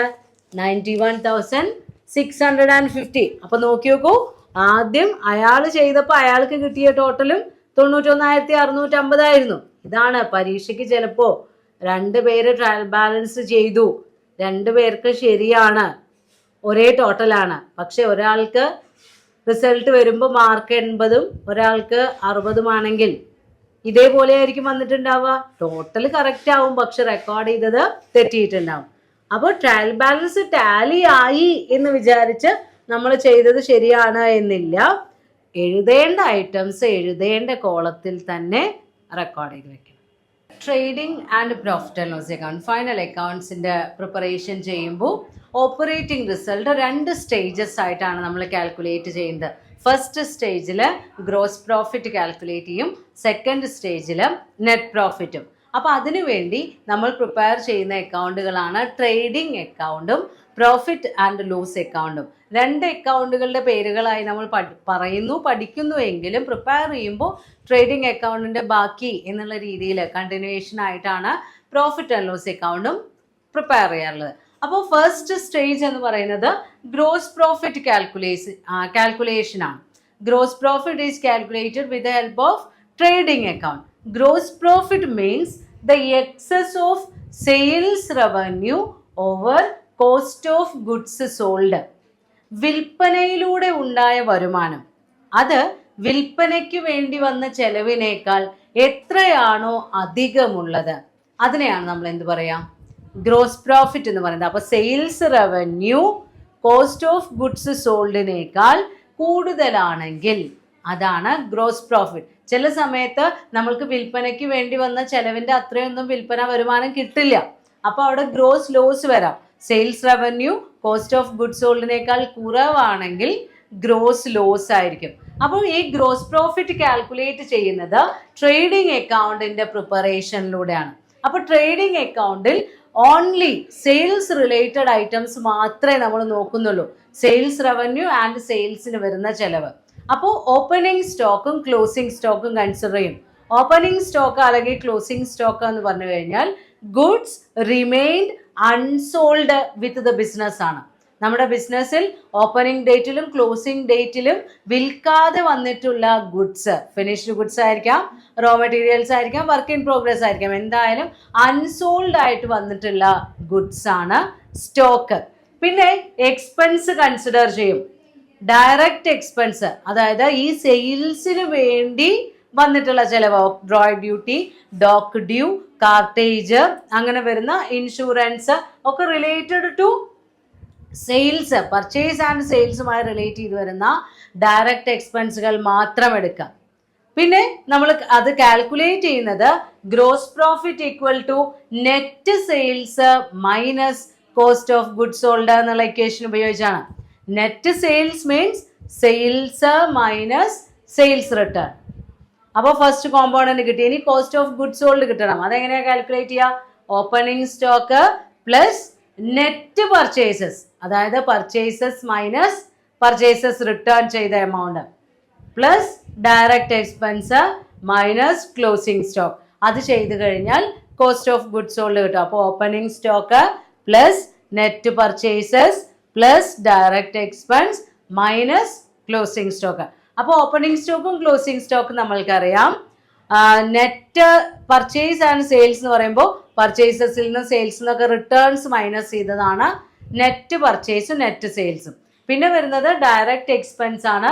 ഡയറക്റ്റ് എക്സ്പെൻസിൽ വരുന്ന ഐറ്റം എന്ന് പറയുന്നത് freight, insurance, import duty, dock due, clearing charge, അങ്ങനെ സെയിൽസ് റിലേറ്റഡ് ആയി വരുന്ന കാർട്ടേജ് ഒക്കെ ഉണ്ടാവും. അത് മാത്രമാണ് ഡയറക്റ്റ് എക്സ്പെൻസിൽ. അപ്പോൾ നമ്മളെ തെറ്റിക്കാൻ വേണ്ടി ചിലപ്പോൾ ക്വസ്റ്റ്യനിൽ അഡ്മിനിസ്ട്രേഷൻ എക്സ്പെൻസ് ഒക്കെ തരും, സെല്ലിംഗ് ആൻഡ് ഡിസ്ട്രിബ്യൂഷനോ അല്ലെങ്കിൽ ഓഫീസ് അഡ്മിനിസ്ട്രേഷൻ എക്സ്പെൻസ് ഒക്കെ. അതൊന്നും നമ്മൾ ട്രേഡിംഗ് അക്കൗണ്ടിൽ എടുക്കാൻ പാടില്ല. അത് ഇൻഡയറക്റ്റ് എക്സ്പെൻസ് ആണ്. അത് പ്രോഫിറ്റ് ആൻഡ് ലോസ് അക്കൗണ്ടിലാണ് കൺസിഡർ ചെയ്യുന്നത്. അപ്പോൾ ട്രേഡിംഗ് അക്കൗണ്ടിൽ നമ്മൾ കാൽക്കുലേറ്റ് ചെയ്യുന്നത് ഗ്രോസ് പ്രോഫിറ്റ് ആണ്. Gross profit equal to net sales minus cost of goods sold. Equation base ചെയ്ത് ചെയ്യുകയാണെങ്കിൽ, അതല്ല അക്കൗണ്ടിന്റെ ഫോർമാറ്റിൽ ചെയ്ത് കണ്ടുപിടിക്കുകയാണെങ്കിൽ നമ്മൾ ട്രേഡിംഗ് അക്കൗണ്ടിന്റെ ഫോർമാറ്റ് വരച്ച് വേണം ഡാറ്റ എൻ്റർ ചെയ്യാൻ. എക്സ്പെൻസ് ആണെങ്കിലും ഓപ്പണിംഗ് സ്റ്റോക്ക് ആണെങ്കിലും അക്കൗണ്ട് ഫോർമാറ്റിൽ എൻ്റർ ചെയ്തിട്ടും ഗ്രോസ് പ്രോഫിറ്റ് കണ്ടുപിടിക്കാം.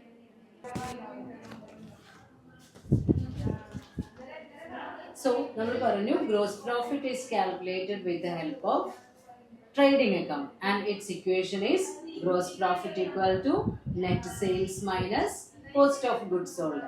Cost of goods sold calculate ചെയ്യാനുള്ള equation opening stock plus net purchases plus direct expenses minus closing stock. അപ്പോൾ ഫസ്റ്റ് ക്വസ്റ്റ്യൻ നമ്മൾക്ക് cost of goods sold calculate ചെയ്യാണ്. Following figures have been extracted from the books of a firm. Calculate cost of goods sold. നമ്മളോട് എന്താ calculate ചെയ്യാൻ പറഞ്ഞിട്ടുള്ളത്? Cost of goods sold ആണ്. അപ്പൊ equation എഴുതാം. Cost of goods sold equal to opening stock plus net purchases plus direct expenses minus closing stock ആണ്. അതിനുവേണ്ടി നമുക്ക് എന്തൊക്കെ ഡീറ്റെയിൽസ് ആണ് തന്നിട്ടുള്ളത്? Stock on 1st January 2018 opening stock തന്നിട്ടുണ്ട് 1 lakh. Purchases for the year എത്ര തന്നിട്ടുള്ളത്? 15 lakh തന്നിട്ടുണ്ട്. പർച്ചേസസ് റിട്ടേൺ 40,000 തന്നിട്ടുണ്ട്. ക്യാരേജ് ഇൻവോയ്സ് 20,000 തന്നിട്ടുണ്ട്. ഒക്ട്രോയ് 80,000. ഫ്രൈറ്റ് 15,000. ഇതെല്ലാം ഡയറക്റ്റ് എക്സ്പെൻസ് ആണ്. ദെൻ ക്ലോസിംഗ് സ്റ്റോക്ക് തന്നിട്ടുണ്ട്. Stock as on 31/12/2018 1,70,000. അപ്പൊ നമ്മൾക്ക് എന്ത് കാൽക്കുലേറ്റ് ചെയ്യാം? Cost of goods sold calculate ചെയ്യാം. ഒരു സ്റ്റേറ്റ്മെന്റ് രൂപത്തിൽ വരച്ച് ചെയ്യുകയാണെങ്കിൽ 2 കോളം കൊടുക്കുക. ഒരു കോളം നമ്മൾക്ക് എന്തിനു വേണ്ടിയാണ്? വർക്കിംഗ് എഴുതാൻ. അതല്ലെങ്കിൽ ജസ്റ്റ് എഴുതിയാൽ മതി. പക്ഷെ ഇങ്ങനെ ആവുമ്പോൾ നിങ്ങൾക്ക് ഈസി ആയിട്ട് ചെയ്യാൻ പറ്റും. Calculation of cost of goods sold. First item എഴുതാം ഓപ്പണിംഗ് സ്റ്റോക്ക്. അത് ഔട്ടർ കോളത്തിൽ എഴുതാം, കാരണം അതിന് അഡ്ജസ്റ്റ്മെന്റ് ഒന്നുമില്ല. ഓപ്പണിംഗ് സ്റ്റോക്കിന്റെ എമൗണ്ട് 1,00,000 രൂപയാണ്. അപ്പൊ ഔട്ടർ കോളത്തിൽ എഴുതാം 1 lakh. ഇനി അതിന്റെ കൂടെ ആഡ് ചെയ്യേണ്ടത് നെറ്റ് പർച്ചേസസ് ആണ്. നെറ്റ് പർച്ചേസസ് എന്ന് പറഞ്ഞു കഴിഞ്ഞാൽ എന്താണ്? ആഡ് നെറ്റ് പർച്ചേസസ്, അതായത് പർച്ചേസസിൽ നിന്ന് പർച്ചേസസ് റിട്ടേൺ മൈനസ് ചെയ്തത്. അപ്പൊ പർച്ചേസസിന്റെ എമൗണ്ട് ഇന്നർ കോളത്തിൽ എഴുതാം, അതിൽ നിന്ന് റിട്ടേൺ മൈനസ് ചെയ്യുക. നെറ്റ് പർച്ചേസ് എമൗണ്ട് മാത്രം ഔട്ടർ കോളത്തിലേക്ക് എഴുതാം. അപ്പൊ ആദ്യം എഴുതാം പർച്ചേസസ്, ഇന്നർ കോളത്തിൽ എഴുതാം 15 ലക്ഷം ലെസ് റിട്ടേൺസ്. റിട്ടേൺസ് എത്രയാണ്? 40,000 ആണ്, 40,000. അപ്പൊ 15 ലക്ഷത്തിൽ നിന്ന് 40,000 കുറയ്ക്കുക, 14,60,000. അത് ഔട്ടർ കോളത്തിലേക്ക് എഴുതാം. അപ്പൊ ഓപ്പണിംഗ് സ്റ്റോക്ക് ആയി, നെറ്റ് പർച്ചേസസ് ആയി. ഇനി എന്താ ആഡ് ചെയ്യേണ്ടത്? Direct expenses. അപ്പൊ ആഡ് എഴുതിയതിൽ ഫസ്റ്റ് ഐറ്റം നെറ്റ് പർച്ചേസ് ആണ്, രണ്ടാമത്തെ ഐറ്റം ഡയറക്റ്റ് എക്സ്പെൻസസ്. അതിന്റെ കീഴിൽ ഏതൊക്കെയാ വരുന്നത്? Carriage inward. ക്യാരേജ് ഇൻവേർഡ് എത്ര രൂപയാണ്? 20,000. ഇതൊക്കെ നേരിട്ട് ഔട്ടർ കോളത്തിലേക്ക് എഴുതിയാൽ മതി. അതല്ലെങ്കിൽ ഡയറക്റ്റ് എക്സ്പെൻസുകളെല്ലാം ഇന്നർ കോളത്തിൽ എഴുതി ടോട്ടൽ ഔട്ടർ കോളത്തിലേക്ക് എഴുതിയാലും കുഴപ്പമില്ല. Carriage inward 20,000. ദെൻ ഒക്ട്രോയ് എത്രയാണ്? 80,000. ഒരൈറ്റം കൂടിയുണ്ട്, ഫ്രൈറ്റ്.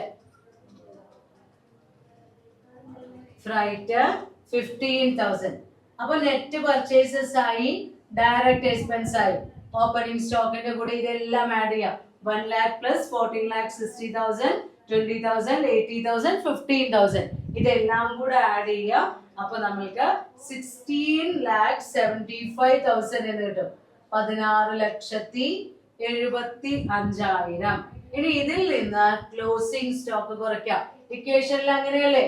ലെസ് ക്ലോസിംഗ് സ്റ്റോക്ക് ആണ്. അപ്പൊ less closing stock. Stock as on 31/12 എന്ന് പറഞ്ഞിട്ട് നമുക്ക് ക്വസ്റ്റ്യനിൽ തന്നിട്ടുണ്ട് 1,70,70,000. അപ്പൊ 16,70,75,000 നിന്ന് 1,70,70,000 കുറയ്ക്കുമ്പോൾ 15,05,000. അതിന്റെ നേർക്ക് എഴുതാം കോസ്റ്റ് ഓഫ് ഗുഡ്സ് സോൾഡ്. അപ്പൊ ഈ ക്വസ്റ്റ്യനിൽ നമ്മൾ കോസ്റ്റ് ഓഫ് ഗുഡ്സ് സോൾഡ് മാത്രമേ കാൽക്കുലേറ്റ് ചെയ്യുന്നുള്ളൂ. എന്ത് ചെയ്യുന്നില്ല? പ്രോഫിറ്റ് കണ്ടുപിടിക്കുന്നില്ല. നെറ്റ് സെയിൽസ് അറിയാമെങ്കിൽ ആ നെറ്റ് സെയിൽസിൽ നിന്ന് cost of goods sold minus ചെയ്തതാണ് എന്ത്? നമ്മളുടെ ഗ്രോസ് പ്രോഫിറ്റ് എന്ന് പറയുന്നത്. ഇപ്പൊ രണ്ടാമത്തെ ഇല്ലുസ്ട്രേഷനിൽ അങ്ങനെയാണ്. നമ്മൾക്ക് സെയിൽസ് തന്നിട്ടുണ്ട്, സെയിൽസ് റിട്ടേൺ തന്നിട്ടുണ്ട്, പർച്ചേസസ്, അതേപോലെ opening stock, purchases return, direct expense, closing stock, അവയെല്ലാം തന്നിട്ടുണ്ട്. അപ്പൊ നമ്മള് അതിൽ നിന്ന് എങ്ങനെ കണ്ടുപിടിക്കാം? Gross profit. ഇല്ലുസ്ട്രേഷൻ 4, നിങ്ങളുടെ ടെക്സ്റ്റിൽ ഇല്ലുസ്ട്രേഷൻ 4 നോക്കിയാൽ അറിയാം. നമ്മൾക്ക് അതില് നെറ്റ് സെയിൽസിന് വേണ്ട സെയിൽസ് റിട്ടേൺ തന്നിട്ടുണ്ട്, അതേപോലെ തന്നെ പർച്ചേസസും പർച്ചേസസ് റിട്ടേണും തന്നിട്ടുണ്ട്, അതില് ഡയറക്റ്റ് എക്സ്പെൻസുകൾ ഉണ്ട്. Form of trading account. ഇപ്പം നമ്മൾ 2 ഇല്ലുസ്ട്രേഷനിലായി പറഞ്ഞു കഴിഞ്ഞത്. ഒന്നിൽ cost of goods sold calculate ചെയ്യുന്നത്, ദെൻ സെക്കൻഡ് ഇല്ലുസ്ട്രേഷനിൽ എല്ലാ ഡീറ്റെയിൽസും തന്നിട്ട് ഗ്രോസ് പ്രോഫിറ്റും കൂടെ കാൽക്കുലേറ്റ് ചെയ്യുന്നത്. നെറ്റ് സെയിൽസിൽ നിന്ന് cost of goods sold minus ചെയ്ത് ഗ്രോസ് പ്രോഫിറ്റ് കാൽക്കുലേറ്റ് ചെയ്യുന്നത് ഇക്വേഷൻ രൂപത്തിൽ അല്ലെങ്കിൽ സ്റ്റേറ്റ്മെൻറ്റ് വൈസിൽ പ്രിപ്പയർ ചെയ്യുന്നതാണ് നമ്മൾ നോക്കിക്കഴിഞ്ഞത്. ഇനി നെക്സ്റ്റ് അക്കൗണ്ട് ഫോർമാറ്റിൽ എങ്ങനെയാണ് ട്രേഡിംഗ് അക്കൗണ്ട് പ്രിപ്പയർ ചെയ്യുന്നത്, അല്ലെങ്കിൽ ട്രേഡിംഗ് അക്കൗണ്ടിനെ പ്രോപ്പർ അക്കൗണ്ട് ഫോർമാറ്റിൽ പ്രിപ്പയർ ചെയ്ത് ഗ്രോസ് പ്രോഫിറ്റ് എങ്ങനെയാണ് കാൽക്കുലേറ്റ് ചെയ്യുന്നത്. അതിനുവേണ്ടി നമ്മൾ പ്രിപ്പയർ ചെയ്യുന്ന സമയത്ത് ഇക്വേഷനിൽ ആഡ് ചെയ്യാൻ പറയുന്ന ഐറ്റംസ് എല്ലാം ഡെബിറ്റ് സൈഡിൽ എഴുതാം. ഇപ്പോൾ cost of goods sold calculate ചെയ്യുമ്പോൾ നമ്മൾ എങ്ങനെയാണ് ചെയ്യുന്നത്? Opening stock plus net purchases plus direct expense, ആ 3 കാര്യങ്ങളാണ് ഡെബിറ്റ് സൈഡിൽ എഴുതുന്നത്.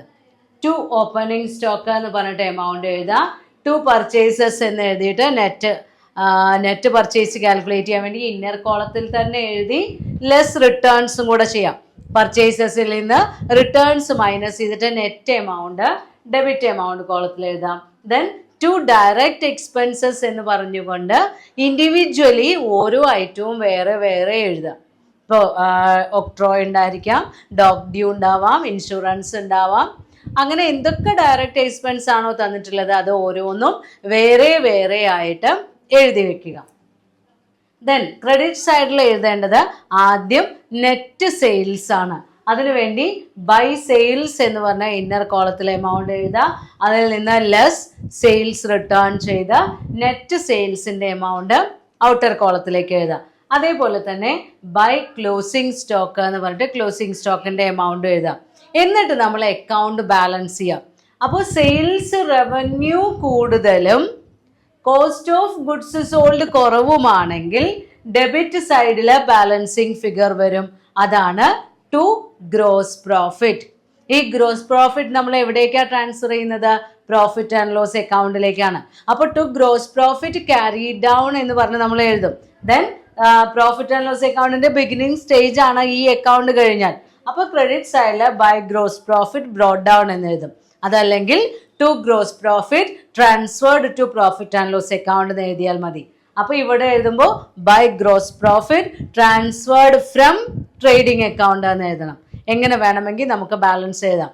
അതല്ല കോസ്റ്റ് ഓഫ് ഗുഡ്സ് സോൾഡ് കൂടുതലും സെയിൽസ് റവന്യൂ കുറവുമാണെങ്കിൽ ക്രെഡിറ്റ് സൈഡിലാണ് ബാലൻസ് വരിക. അപ്പോൾ ക്രെഡിറ്റ് സൈഡിലാണ് ബാലൻസിങ് ഫിഗർ വന്നിട്ടുള്ളതെങ്കിൽ നമ്മൾ എഴുതുന്നത് ബൈ ഗ്രോസ് ലോസ് ആണ്, നഷ്ടമാണ്. ബാലൻസിങ് ഫിഗർ ക്രെഡിറ്റ് സൈഡിലാണ് വരുന്നതെങ്കിൽ നമ്മൾക്ക് നഷ്ടമാണ്. അങ്ങനെയാണെങ്കിൽ നമ്മൾ ആ ടേമിന് എഴുതുന്ന പേരാണ് ഗ്രോസ് ലോസ്. അപ്പോൾ ട്രേഡിംഗ് അക്കൗണ്ട് പ്രിപ്പയർ ചെയ്ത് കിട്ടുന്ന നെറ്റ് റിസൾട്ടാണ് gross profit or gross loss. It is carried to profit and loss account. ഈ ബാലൻസിങ് എമൗണ്ടിൽ നിന്ന് ഗ്രോസ് പ്രോഫിറ്റോ ഗ്രോസ് ലോസോ ആയിക്കോട്ടെ, അതിൽ നിന്നാണ് നമ്മൾ profit and loss account prepare ചെയ്ത് തുടങ്ങുന്നത്. ക്യാരി ഡൗൺ ആണെങ്കിൽ profit and loss account credit സൈഡിൽ വരും by gross profit brought down. അല്ല ഗ്രോസ് ലോസ് ആണെങ്കിൽ അത് ഡെബിറ്റ് സൈഡിൽ, എക്സ്പെൻസ് സൈഡിൽ ലോസും എക്സ്പെൻസും എഴുതുന്ന ഡെബിറ്റ് സൈഡിൽ നമ്മൾ എഴുതും to gross loss transferred from trading account. ഇതാണ് ട്രേഡിംഗ് അക്കൗണ്ടിന്റെ ഫോർമാറ്റ്. അപ്പൊ നിങ്ങൾക്ക് ഇക്വേഷൻ ബേസ് ചെയ്തുകൊണ്ട് നമ്മൾ 2 ഇല്ലുസ്ട്രേഷൻ ചെയ്ത് കഴിഞ്ഞിരുന്നു. ആ ഡാറ്റ തന്നെ ഈ അക്കൗണ്ടിന്റെ ഫോർമാറ്റിൽ പ്രസന്റ് ചെയ്ത് കഴിഞ്ഞാൽ അക്കൗണ്ട് രൂപത്തിൽ നിങ്ങൾക്ക് ഗ്രോസ് പ്രോഫിറ്റ് കാൽക്കുലേറ്റ് ചെയ്യുന്നത് ചെക്ക് ചെയ്യാൻ കഴിയും. There are some important items. നമ്മൾ ട്രേഡിംഗ് അക്കൗണ്ട് പ്രിപ്പയർ ചെയ്യുന്ന സമയത്ത് ചില ഐറ്റംസ് വരുമ്പോൾ അതിൽ ഡീറ്റെയിൽസ് നോക്കണം. അതായത് ചില ഐറ്റംസിന് ചില സ്പെഷ്യൽ ട്രീറ്റ്മെൻ്റ് ഉണ്ട്. ഇപ്പോൾ പർച്ചേസസ് എന്ന് പറഞ്ഞു കഴിഞ്ഞാൽ എല്ലാ പർച്ചേസസും അതിൽ വരില്ല. സെയിൽസ് എന്ന് പറയുമ്പോൾ എല്ലാ സെയിൽസും അതിൽ വരില്ല. ഡയറക്റ്റ് എക്സ്പെൻസിൽ തന്നെ ചില ഐറ്റംസ് വരുമ്പോൾ ചില രീതിയിലാണ് ചെയ്യേണ്ടത്. അപ്പോൾ അങ്ങനെ പ്രത്യേകം ശ്രദ്ധിക്കേണ്ട ഒരു 5 ഐറ്റംസിൻ്റെ കേസാണ് പറയുന്നത്. First item purchases.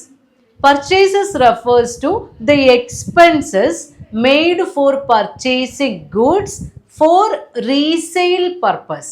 വിൽക്കാൻ വേണ്ടി വാങ്ങിക്കുന്ന വസ്തുക്കളുടെ എമൗണ്ട്, ആ എക്സ്പെൻസ് ആണ് പർച്ചേസസ്. അതിൽ ക്യാഷ് പർച്ചേസസും വരും, ക്രെഡിറ്റ് പർച്ചേസസും വരും. പക്ഷേ പെർമനൻ്റ് അസറ്റ്സ് ആയിട്ടുള്ള ഫിക്സഡ് അസറ്റ്സ് വാങ്ങിച്ചതൊന്നും നമ്മൾ എവിടെ എടുക്കാൻ പാടില്ല? പർച്ചേസസിൽ എടുക്കാൻ പാടില്ല. അപ്പോൾ പർച്ചേസസ് എന്ന് പറയുമ്പോൾ നിങ്ങൾ ശ്രദ്ധിക്കേണ്ടത് ഗുഡ്സ് പർച്ചേസ്ഡ് ഫോർ റീസെയിൽ, വിൽക്കാൻ വേണ്ടി വാങ്ങിക്കുന്ന ഗുഡ്സ് മാത്രമാണ് പർച്ചേസസിൽ വരുന്നത്. ഇതിൽ ക്യാഷ് പർച്ചേസസും വരും, ക്രെഡിറ്റ് പർച്ചേസസും വരും. പർച്ചേസസ് ഓഫ് ഫിക്സഡ് അസറ്റ്സ് ഇതിൽ ഇൻക്ലൂഡ് ചെയ്യില്ല. അതേപോലെ തന്നെ if some goods are withdrawn by the proprietor for personal use it must be added to purchases. നമ്മുടെ കമ്പനിയുടെ ഓണർ, ബിസിനസ് ഓണർ സ്വന്തം ആവശ്യങ്ങൾക്ക് വേണ്ടി, പേഴ്സണൽ ആവശ്യങ്ങൾക്ക് വേണ്ടി ഗുഡ്സ് എടുത്തു പോയിട്ടുണ്ടെങ്കിൽ, പേഴ്സണൽ യൂസിന് വേണ്ടി ഗുഡ്സ് വിത്ഡ്രോ ചെയ്തിട്ടുണ്ടെങ്കിൽ അതും പർച്ചേസസിൻ്റെ കൂടെയാണ് ആഡ് ചെയ്യേണ്ടത്. അപ്പോൾ ഡ്രോയിങ്സ് ഓഫ് ഗുഡ്സും പർച്ചേസസിൽ ആഡ് ചെയ്യണം. എന്നാൽ പെർമനന്റ് അസറ്റ്സ് വാങ്ങിച്ച പർച്ചേസസ് എന്ന് പറയുന്ന എമൗണ്ട് ഒരിക്കലും ട്രേഡിംഗ് അക്കൗണ്ടിന്റെ പർച്ചേസസിൽ എടുക്കാൻ പാടില്ല. അത്രയുമാണ് പർച്ചേസിനെ കുറിച്ച് ശ്രദ്ധിക്കേണ്ടത്. അപ്പോൾ റീസെയിൽ പർപ്പസിന് വാങ്ങിച്ചതാണ് പർച്ചേസസിൽ വരുന്നത്. ക്യാഷും ക്രെഡിറ്റും വരും, ഡ്രോയിങ്സ് ഓഫ് ഗുഡ്സ് വരും. പെർമനന്റ് അസറ്റ്സിന്റെ പർച്ചേസസ് അതിൽ ഇൻക്ലൂഡ് ചെയ്യില്ല. രണ്ടാമതായി വരുന്നത് സെയിൽസ് ആണ്. സെയിൽസ് എന്ന് പറയുമ്പോൾ both cash sales and credit sales രണ്ടും ഇൻക്ലൂഡ് ചെയ്യും. എന്നാൽ സെയിൽ ഓഫ് അസറ്റ്സ് ഇൻക്ലൂഡ് ചെയ്യില്ല. പെർമനന്റ് നാച്ചുറലുള്ള അസറ്റിന്റെ വിൽപ്പന ഈ സെയിൽസിൽ വരില്ല. അതേപോലെ തന്നെ ഇപ്പോൾ sale of old news paper എന്നൊക്കെ പറഞ്ഞിട്ട് നമുക്ക് തരും. വല്ല 30 രൂപയ്ക്കോ 50 രൂപയ്ക്കോ ഒക്കെ പഴയ പേപ്പർ വിറ്റു എന്നുള്ളതൊക്കെ സെയിൽ ഓഫ് എന്ന് പറഞ്ഞിട്ടുള്ള വാക്ക് വെച്ച് വരും. അതൊന്നും സെയിൽസിൽ ഇൻക്ലൂഡ് ചെയ്യരുത്. അതെല്ലാം മിസ്സലേനിയസ് ഇൻകത്തിലാണ് വരിക. അപ്പം നമ്മൾ ഡീൽ ചെയ്യുന്ന ഫിനിഷ്ഡ് ഗുഡ്സിൻ്റെ അല്ലെങ്കിൽ നമ്മളുടെ മെറ്റീരിയലിൻ്റെ വിൽപ്പന, അതുമായി റിലേറ്റ് ചെയ്ത സെയിൽസ് മാത്രമാണ് സെയിൽസിൽ ഇൻക്ലൂഡ് ചെയ്യുന്ന both cash and credit. Then രണ്ടാമതായി ഇപ്പോൾ സെയിൽസ് പറഞ്ഞു. മൂന്നാമത്തെ ഐറ്റം എന്ന് പറയുന്നത് വേജസ് ആണ്. കൂലി കൊടുക്കുന്നു. Wages are included in direct expense. പക്ഷേ ക്വസ്റ്റ്യനിൽ ചിലപ്പോൾ സാലറീസ് വേജസുമായി ക്ലബ് ചെയ്ത് തരും.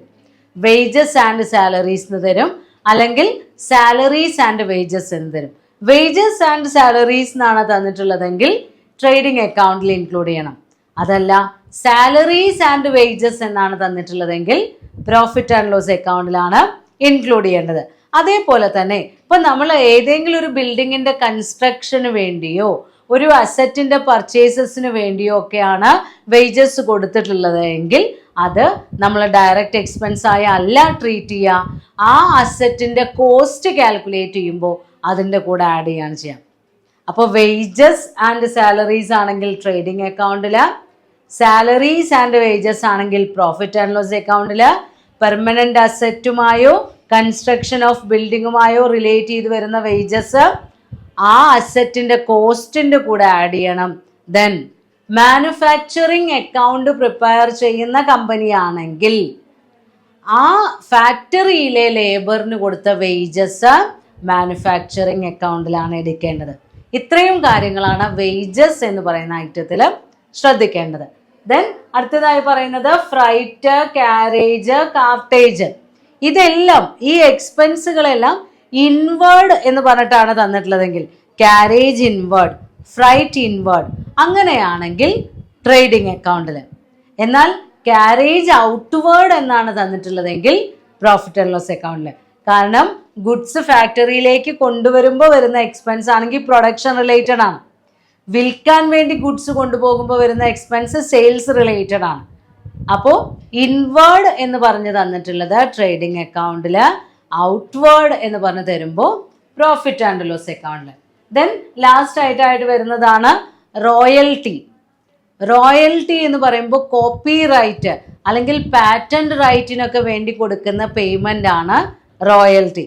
If the royalty is calculated on the basis of quantity produce then it will be debited to trading account.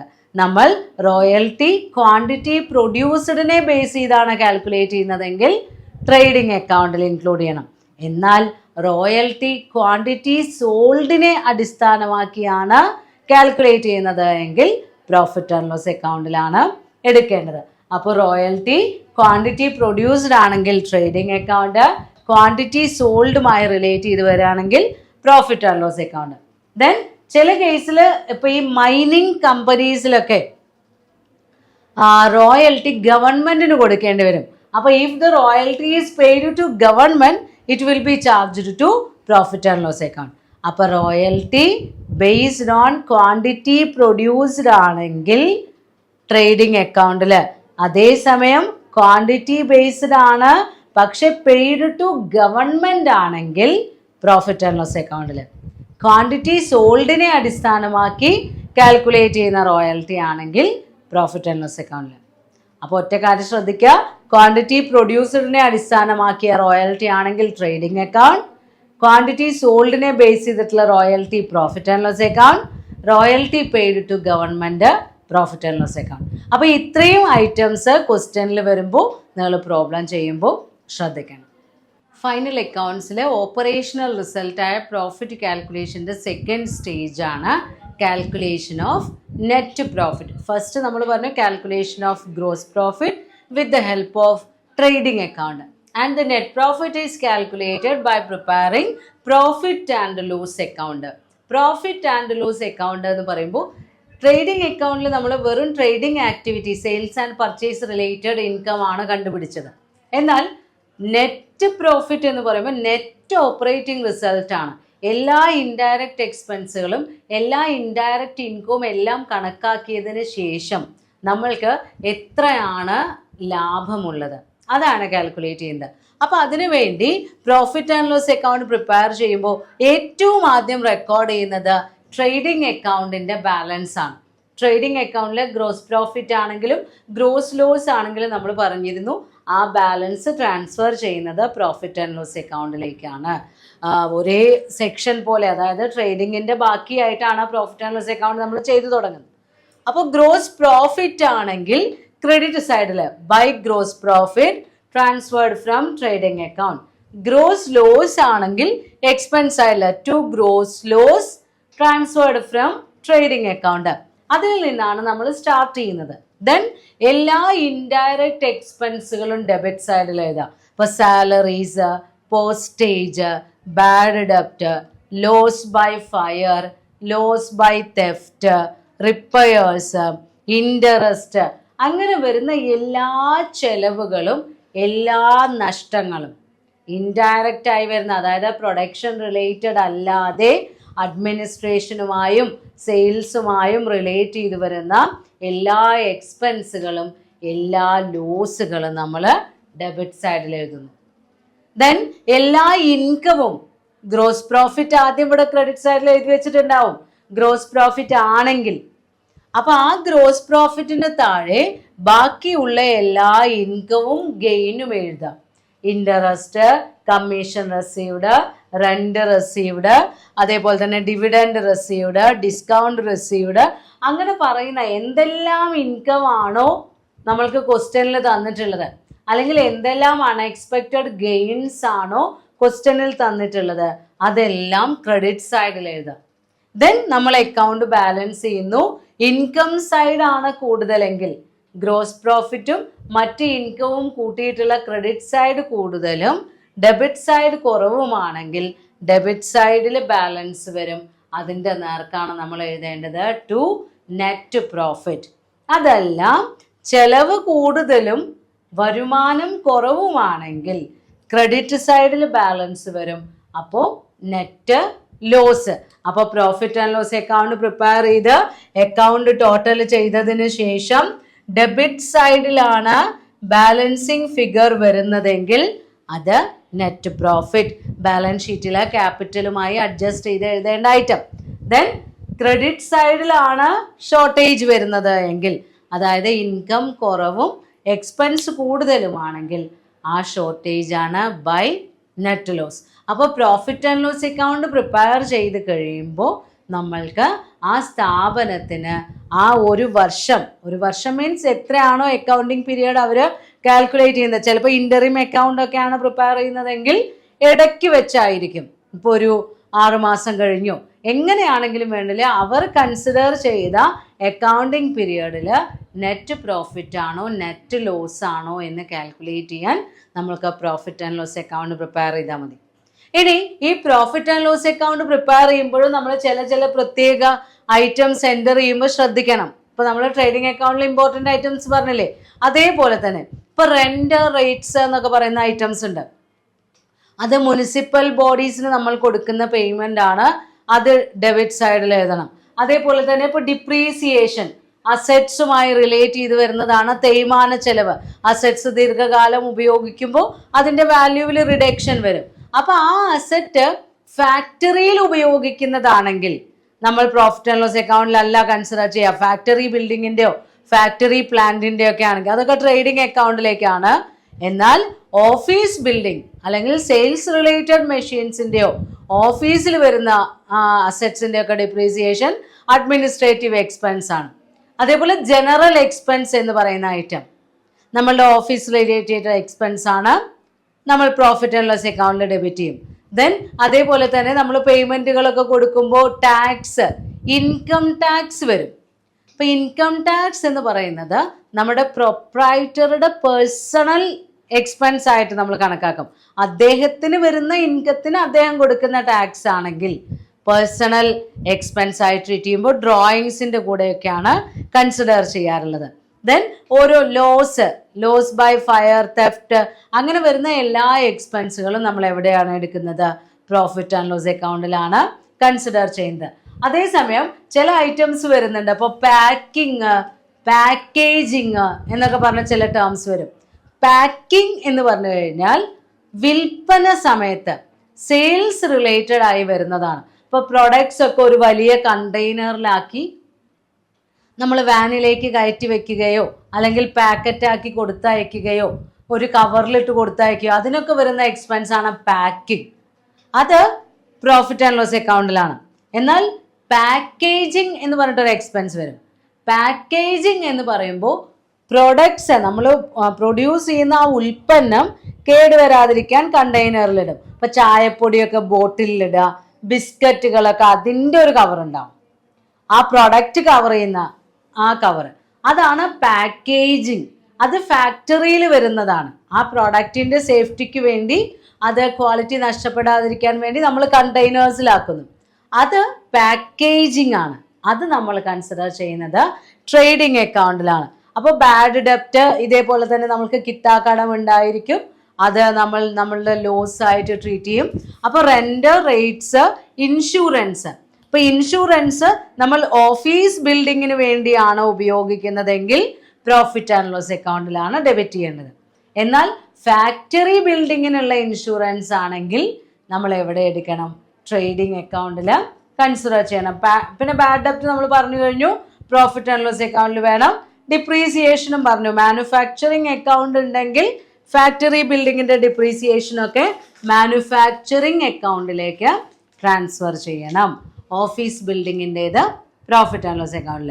Trading expense നമ്മൾ പറഞ്ഞു, ട്രേഡ് എക്സ്പെൻസ് വിൽപ്പനയുമായി റിലേറ്റ് ചെയ്ത general expense ആണ് profit and loss അക്കൗണ്ടിൽ.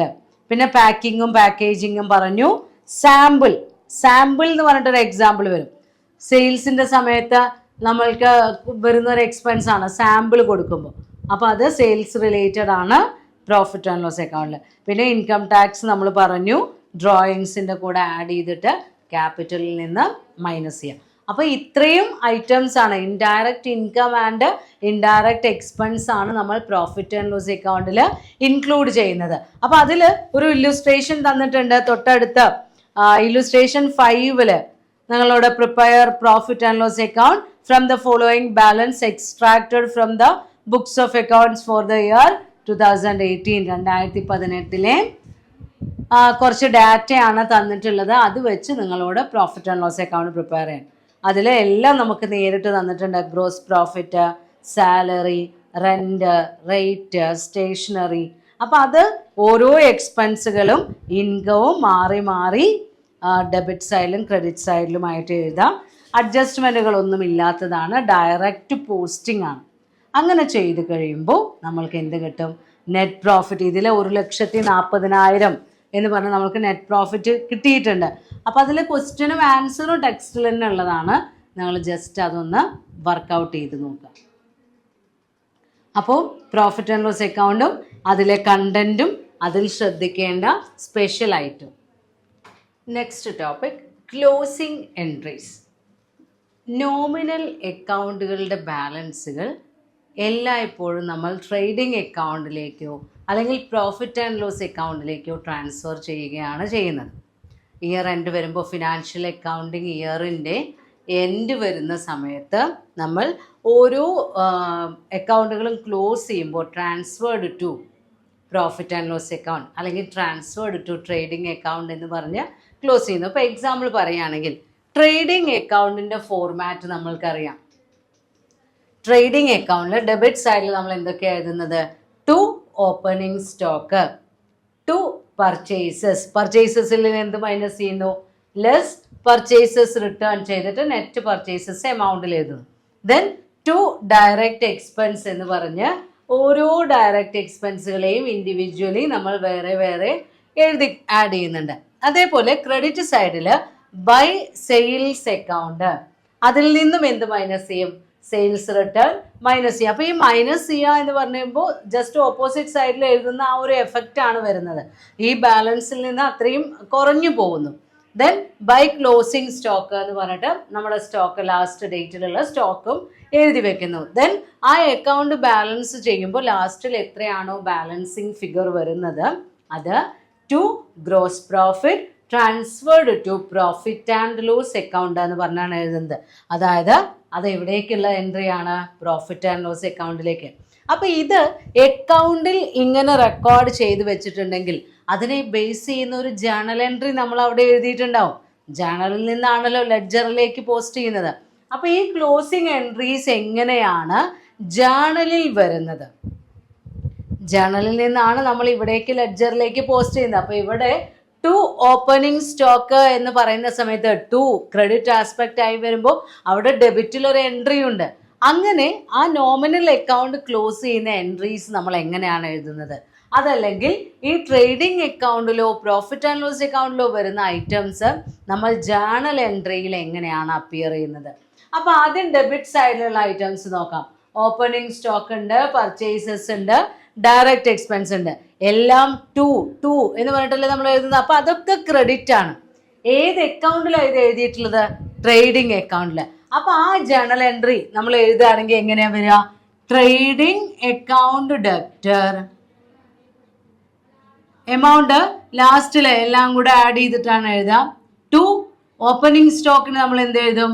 Stock account. Opening സ്റ്റോക്കിന്റെ amount ക്രെഡിറ്റിൽ എഴുതുന്നു. അതേപോലെ purchases to purchases, അവിടെ returns നമ്മൾ minus ചെയ്യുന്നില്ല. പർച്ചേസസ് റിട്ടേൺ മൈനസ് ചെയ്യുന്നില്ല, പർച്ചേസസിന്റെ ഫിഗർ ആണ് എഴുതുന്നത്. പർച്ചേസസ് റിട്ടേൺ തൊട്ടടുത്ത എൻട്രിയിൽ നമ്മൾ നേരെ തിരിച്ച് ഇതിനെ ടു എന്ന് പറഞ്ഞ് എഴുതുമ്പോൾ റിട്ടേൺ നമ്മൾ ഡെബിറ്റ് എൻട്രി ആയിട്ട്, അതായത് അക്കൗണ്ട് ഡെപ്റ്റർ എന്ന് എഴുതുന്ന രീതിയിൽ എഴുതും. അതേപോലെ sales return, sales by sales ആണ് അല്ലേ? അപ്പോൾ sales account debtor to trading account ആണ്. പക്ഷേ സെയിൽസ് റിട്ടേൺ അതിൽ നിന്ന് മൈനസ് ചെയ്യേണ്ടതായിട്ടാണ്. അപ്പോൾ അത് ഇവിടെ എഴുതാം. To sales return, purchases return അടുത്ത ജേണൽ എൻട്രിയിൽ വരുന്നത് പോലെ സെയിൽസ് റിട്ടേൺ ഇവിടെ വരുന്നു. അതായത് ക്രെഡിറ്റിൽ മൈനസ് ചെയ്യുന്ന ഐറ്റത്തിനെ ഡെബിറ്റ് ഐറ്റം പോലെ ജേണൽ എൻട്രി ആക്കി എഴുതാം. ഡെബിറ്റിൽ മൈനസ് ചെയ്യുന്ന ഐറ്റത്തിനെ ക്രെഡിറ്റ് ആസ്പെക്റ്റ് ആക്കി എഴുതുന്നത് പോലെ ജേണൽ എൻട്രി എഴുതാം. അപ്പോൾ സ്റ്റോക്ക് എഴുതി, പർച്ചേസസ് എഴുതി, സെയിൽസ് റിട്ടേൺ എഴുതി. ഇനി എഴുതേണ്ടത് ഡയറക്റ്റ് എക്സ്പെൻസുകളാണ്. അത് ഓരോന്നും ഇൻഡിവിജ്വലി റെക്കോർഡ് ചെയ്യാം. നമ്മളിവിടെ മനസ്സിലാവാൻ വേണ്ടി ടു ഡയറക്റ്റ് എക്സ്പെൻസ് എന്ന് എഴുതുന്നേ ഉള്ളൂ.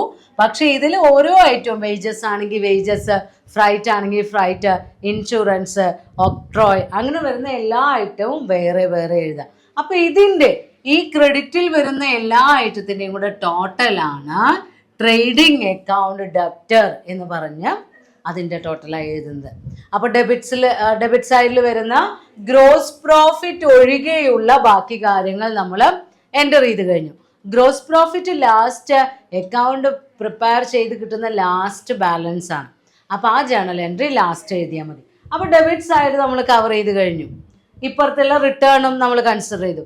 ഇനി ക്രെഡിറ്റ് സൈഡിൽ വരുന്ന കാര്യങ്ങൾ നോക്കാം. ഏതൊക്കെയാണ് വരുന്നത്? അപ്പോൾ ഇവിടെ ടു ട്രേഡിംഗ് അക്കൗണ്ട് എന്നാണ് വരേണ്ടത്. അപ്പോൾ ആദ്യം എഴുതാം സെയിൽസ് അക്കൗണ്ട് ഡെപ്റ്റർ. സെയിൽസിന്റെ എമൗണ്ട് റിട്ടേൺ നമ്മൾ തൊട്ട് മുന്നത്തെ ജേണൽ എൻട്രിയിൽ കൺസിഡർ ചെയ്തതാണ്. അപ്പോൾ റിട്ടേൺ ഇവിടെ എടുക്കേണ്ട. Sales account debtor. ക്ലോസിംഗ് സ്റ്റോക്കിന്റെ സ്റ്റോക്ക് അക്കൗണ്ട് ഡെപ്റ്റർ ബ്രാക്കറ്റിൽ കാണിക്കുക, ക്ലോസിംഗ് സ്റ്റോക്ക് ആണ്. ദെൻ ഇപ്പുറത്തെ ഒരു റിട്ടേൺ ഇല്ലേ, പർച്ചേസസ് റിട്ടേൺ, അതിവിടെ കൺസിഡർ ചെയ്യണം. Purchases return account debtor. ഇതെല്ലാം എവിടേക്കാണ്? To trading account. എമൗണ്ട്, ഇതിൻ്റെ എല്ലാ എമൗണ്ട് ആഡ് ചെയ്തത് ക്രെഡിറ്റിൽ ട്രേഡിംഗ് അക്കൗണ്ടിന് നേർക്ക് എഴുതാം. അപ്പോൾ ക്രെഡിറ്റിലുള്ളതും ഡെബിറ്റിലുള്ളതും എഴുതി കഴിഞ്ഞു. ഇനി ഏത് മാത്രമേ റെക്കോർഡ് ചെയ്യാനുള്ളൂ? നമ്മുടെ അക്കൗണ്ടിങ് ബാലൻസ് ആയിട്ടുള്ള gross profit. To gross profit transferred to profit and loss account ആണ്. അപ്പോൾ എവിടേക്കാണ് നമ്മൾ ഈ ബാലൻസ് ട്രാൻസ്ഫർ ചെയ്യുന്നത്? പ്രോഫിറ്റ് ആൻഡ് ലോസ് അക്കൗണ്ടിലേക്ക്. അപ്പോൾ ജേണൽ എൻട്രി എഴുതേണ്ടത് ട്രേഡിംഗ് അക്കൗണ്ട് ഡെപ്റ്റർ. ഗ്രോസ് പ്രോഫിറ്റിന്റെ എമൗണ്ട് ഡെബിറ്റിൽ എഴുതാം. To profit and loss account ബ്രാക്കറ്റിൽ കാണിക്കുക ഗ്രോസ് പ്രോഫിറ്റ്. അങ്ങനെയാണ് ട്രേഡിംഗ് അക്കൗണ്ടിൽ വരുന്ന ഐറ്റത്തിന്റെ ക്ലോസിംഗ് എൻട്രീസ്. ഏത് എൻട്രിയെ അടിസ്ഥാനമാക്കിയാണ് ട്രേഡിംഗ് അക്കൗണ്ട് പ്രിപ്പയർ ചെയ്യുന്നത് എങ്കിൽ ആ ക്ലോസിംഗ് എൻട്രീസ് ആണ് നമ്മളിപ്പോൾ ഇവിടെ എഴുതിയത്. ഇതേപോലെ ഇപ്പം ഇതിൽ ട്രേഡിംഗ് അക്കൗണ്ടിൽ പർച്ചേസസും സെയിൽസും ഡയറക്റ്റ് എക്സ്പെൻസുകളും അതേപോലെ തന്നെ റിട്ടേണുകളും ഒക്കെയാണ് നമ്മൾ കൺസിഡർ ചെയ്തത്. ദെൻ ലാസ്റ്റ് ബാലൻസ് ആയിട്ട് ഗ്രോസ് പ്രോഫിറ്റ്. ഗ്രോസ് ലോസ് ആണെങ്കിൽ നേരെ തിരിച്ച് എൻട്രി വരും കേട്ടോ.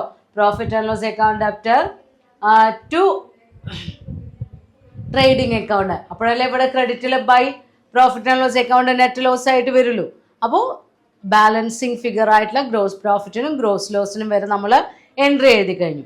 ഇനി ഇതേപോലെ പ്രോഫിറ്റ് ആൻഡ് ലോസ് അക്കൗണ്ടിൽ ഐറ്റത്തിനും ക്ലോസിംഗ് എൻട്രി ഉണ്ട്. ഇപ്പോൾ പ്രോഫിറ്റ് ആൻഡ് ലോസ് അക്കൗണ്ടിന്റെ ഡെബിറ്റിൽ ഇൻഡയറക്റ്റ് എക്സ്പെൻസുകളാണ് വരിക. അപ്പോൾ നമ്മൾ ജേണൽ എൻട്രി എഴുതുന്ന സമയത്ത് ഇവിടെ ട്രേഡിംഗ് അക്കൗണ്ടിന് പകരം എന്തായി മാറും? Profit and loss account debtor to എന്ന് പറഞ്ഞ് ഇൻഡയറക്റ്റ് എക്സ്പെൻസുകളെല്ലാം വേറെ വേറെ എഴുതാം. ഇൻഡിവിജ്വലി ഇൻഡയറക്റ്റ് എക്സ്പെൻസുകൾ റെക്കോർഡ് ചെയ്യാം. അതേപോലെ തന്നെ ക്രെഡിറ്റ് സൈഡിൽ ഇൻകം വരുന്നുണ്ടെങ്കിൽ, ഇൻഡയറക്റ്റ് ഇൻകം വരുന്നുണ്ടെങ്കിൽ ഇത് എഴുതിയതുപോലെ ഇൻകത്തിൻ്റെയൊക്കെ പേര് എഴുതി debtor to profit and loss account. Then ലാസ്റ്റിൽ നമ്മൾ നെറ്റ് പ്രോഫിറ്റ് വരും. ബാലൻസിങ് ഫിഗർ ആയിട്ടുള്ള നെറ്റ് പ്രോഫിറ്റ്. നെറ്റ് പ്രോഫിറ്റ് എല്ലായ്പ്പോഴും നമ്മൾ എവിടേക്കാണ് ട്രാൻസ്ഫർ ചെയ്യുക? പ്രൊപ്രൈറ്ററുടെ ക്യാപിറ്റൽ അക്കൗണ്ടിലേക്കാണ്. അപ്പോൾ last journal entry profit and loss account debtor to net profit നല്ല എഴുതേണ്ടത് ക്യാപിറ്റൽ അക്കൗണ്ട്. കാരണം നെറ്റ് പ്രോഫിറ്റ് നമ്മൾ ഓണറുടെ അല്ലെങ്കിൽ പ്രൊപ്രൈറ്ററുടെ ക്യാപിറ്റൽ അക്കൗണ്ടിലേക്കാണ് ട്രാൻസ്ഫർ ചെയ്യുന്നത്. അപ്പോൾ ട്രേഡിംഗ് അക്കൗണ്ടിൻ്റെയും പ്രോഫിറ്റ് ആൻഡ് ലോസ് അക്കൗണ്ടിൻ്റെയും ക്ലോസിംഗ് എൻട്രീസ് നിങ്ങൾ ചെയ്തു വെച്ച ഇല്ലുസ്ട്രേഷനെ അടിസ്ഥാനമാക്കി ഒരു പ്രോബ്ലം, അതായത് ജസ്റ്റ് ജേണലാക്കി അത് ഇല്ലുസ്ട്രേഷൻ 4ന്റെ എമൗണ്ട് വെച്ചുകൊണ്ട് ജേണൽ എൻട്രി എഴുതിയത് നിങ്ങളുടെ ടെക്സ്റ്റിലുണ്ട്. അതൊന്ന് റെഫർ ചെയ്ത് നോക്കുക. അപ്പോൾ ട്രേഡിംഗ് അക്കൗണ്ടിൻ്റെയും പ്രോഫിറ്റ് ആൻഡ് ലോസ് അക്കൗണ്ടിൻ്റെയും ലാസ്റ്റ് ആ ബാലൻസുകൾ എഴുതുമ്പോഴാണ് ശ്രദ്ധിക്കേണ്ടത്. ഗ്രോസ് പ്രോഫിറ്റ് ആവുമ്പോൾ നമ്മൾ to profit and loss account, net പ്രോഫിറ്റിൻ്റെ കേസ് വരുമ്പോൾ ടു ക്യാപിറ്റൽ അക്കൗണ്ട്. അത്രയുമാണ് ക്ലോസിംഗ് എൻട്രീസ് എന്ന് പറയുന്ന ടോപ്പിക്കിൽ നോക്കേണ്ടത്. Next topic balance sheet. Final അക്കൗണ്ട്സിൽ ട്രയൽ ബാലൻസ് പറഞ്ഞു, ട്രേഡിംഗ് അക്കൗണ്ട് പറഞ്ഞു, പ്രോഫിറ്റ് ആൻഡ് ലോസ് അക്കൗണ്ട് പറഞ്ഞു. ദെൻ ലാസ്റ്റ് വരുന്ന സ്റ്റേറ്റ്മെൻ്റ് ആണ് ബാലൻസ് ഷീറ്റ്. ബാലൻസ് ഷീറ്റിൻ്റെ ഹെഡിങ് എഴുതുമ്പോൾ തന്നെ നമുക്കറിയാം ബാലൻസ് ഷീറ്റ് ആസ് ഓൺ എന്ന് പറഞ്ഞാണ് ഒരു പർട്ടിക്കുലർ ഡേറ്റ് എഴുതുന്നത്. It depicts the financial position of a business as on a particular date. ഏത് ഡേറ്റിലാണോ നമ്മൾ ഇത് പ്രിപ്പയർ ചെയ്ത് പ്രസൻറ്റ് ചെയ്യുന്നത് ആ ഒരു പർട്ടിക്കുലർ ഡേറ്റിൽ നമ്മുടെ ഫിനാൻഷ്യൽ പൊസിഷൻ, നമ്മുടെ ബിസിനസ്സിൽ എത്രമാത്രം അസറ്റ് ഉണ്ട്, എത്രമാത്രം ലയബിലിറ്റി ഉണ്ട്, ഓണറുടെ ഇക്വിറ്റി എത്രയാണ്, ക്രെഡിറ്റേഴ്സിൻ്റെ ഇക്വിറ്റി എത്രയാണ്, എത്ര പെർമനൻ്റ് അസറ്റ് ഉണ്ട്, എത്ര കറൻറ്റ് അസറ്റ് ഉണ്ട്, കറൻറ്റ് ലയബിലിറ്റി ഉണ്ട്, ഇതെല്ലാം ഒരൊറ്റ നോട്ടത്തിൽ നോക്കി മനസ്സിലാക്കാൻ നമ്മളെ സഹായിക്കുന്ന ഒരു സ്റ്റേറ്റ്മെൻ്റ് ആണ് ബാലൻസ് ഷീറ്റ്. അപ്പോൾ ബാലൻസ് ഷീറ്റ് പ്രിപ്പയർ ചെയ്യുന്ന സമയത്ത് നമ്മൾ അതിൻ്റെ രണ്ട് സൈഡുകളിലുമായി നമ്മുടെ ബിസിനസ്സിൻ്റെ അസറ്റ്സിനെയും ലയബിലിറ്റീസിനെയും നിരത്തി എഴുതുകയാണ് ചെയ്യുന്നത്. ലയബിലിറ്റീസ് എന്ന് പറഞ്ഞു കഴിഞ്ഞാൽ ബിസിനസ് ഓസ് ടു അതേഴ്സ്, മറ്റുള്ളവർക്കുള്ള, അതായത് ക്ലെയിം ഓൺ ബിസിനസ് അസറ്റ്സ് ആണ്. നമ്മുടെ ബിസിനസ്സിൻ്റെ അസറ്റ്സിൻ്റെ മുകളിൽ മറ്റുള്ളവർക്കുള്ള അവകാശമാണ് ലയബിലിറ്റി എന്ന് പറയുമ്പോൾ വരുന്നത്. അത് ഓണേഴ്സ് ഇക്വിറ്റി ആവാം, അല്ലെങ്കിൽ ക്രെഡിറ്റേഴ്സ് ഇക്വിറ്റി ആവാം.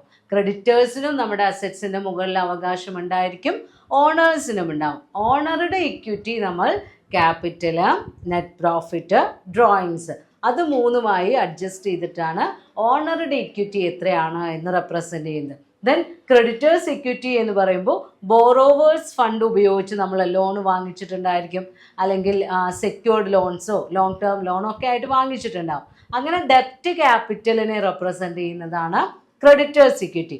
അപ്പോൾ ലയബിലിറ്റി സൈഡാണ് നമ്മൾ രണ്ട് സൈഡിൽ ആയിട്ട് അറേഞ്ച് ചെയ്ത് എഴുതുമ്പോൾ ഫസ്റ്റ് സൈഡ് എന്ന് പറയുന്നത് ലയബിലിറ്റി സൈഡാണ്. ലയബിലിറ്റി എന്ന് പറഞ്ഞപ്പോൾ നമ്മൾ പറഞ്ഞു claims of others on asset of business, നമ്മുടെ ബിസിനസ്സിൻ്റെ അസറ്റിൻ്റെ മുകളിൽ മറ്റുള്ളവർക്കുള്ള അവകാശങ്ങൾ. ഈ ലയബിലിറ്റീസ് റെക്കോർഡ് ചെയ്യുന്ന സമയത്ത് രണ്ട് സെക്ഷനായിട്ട് നമ്മൾ എഴുതി വെക്കുമ്പോൾ current liability, long term liability, അങ്ങനെ രണ്ട് ഹെഡിങ്സിന് കീഴിലാണ് അറേഞ്ച് ചെയ്ത് തരുന്നത്.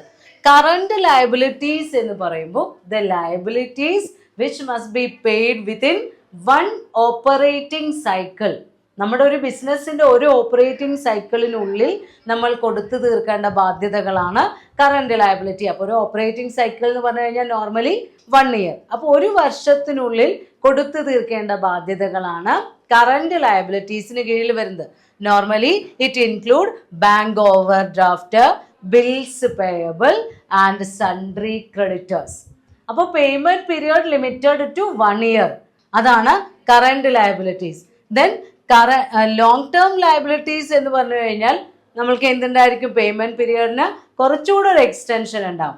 3 വർഷം കൊണ്ടോ 5 വർഷം കൊണ്ടോ 10 വർഷം കൊണ്ടോ, അതും അല്ലെങ്കിൽ ബിസിനസ് അടച്ചു പൂട്ടുമ്പോൾ കൊടുക്കേണ്ടതോ ആയിട്ടുള്ള ദീർഘകാല അവധികളുള്ള ലയബിലിറ്റീസ് ആണ് ലോങ് ടേം ലയബിലിറ്റീസിൽ വരുന്നത്.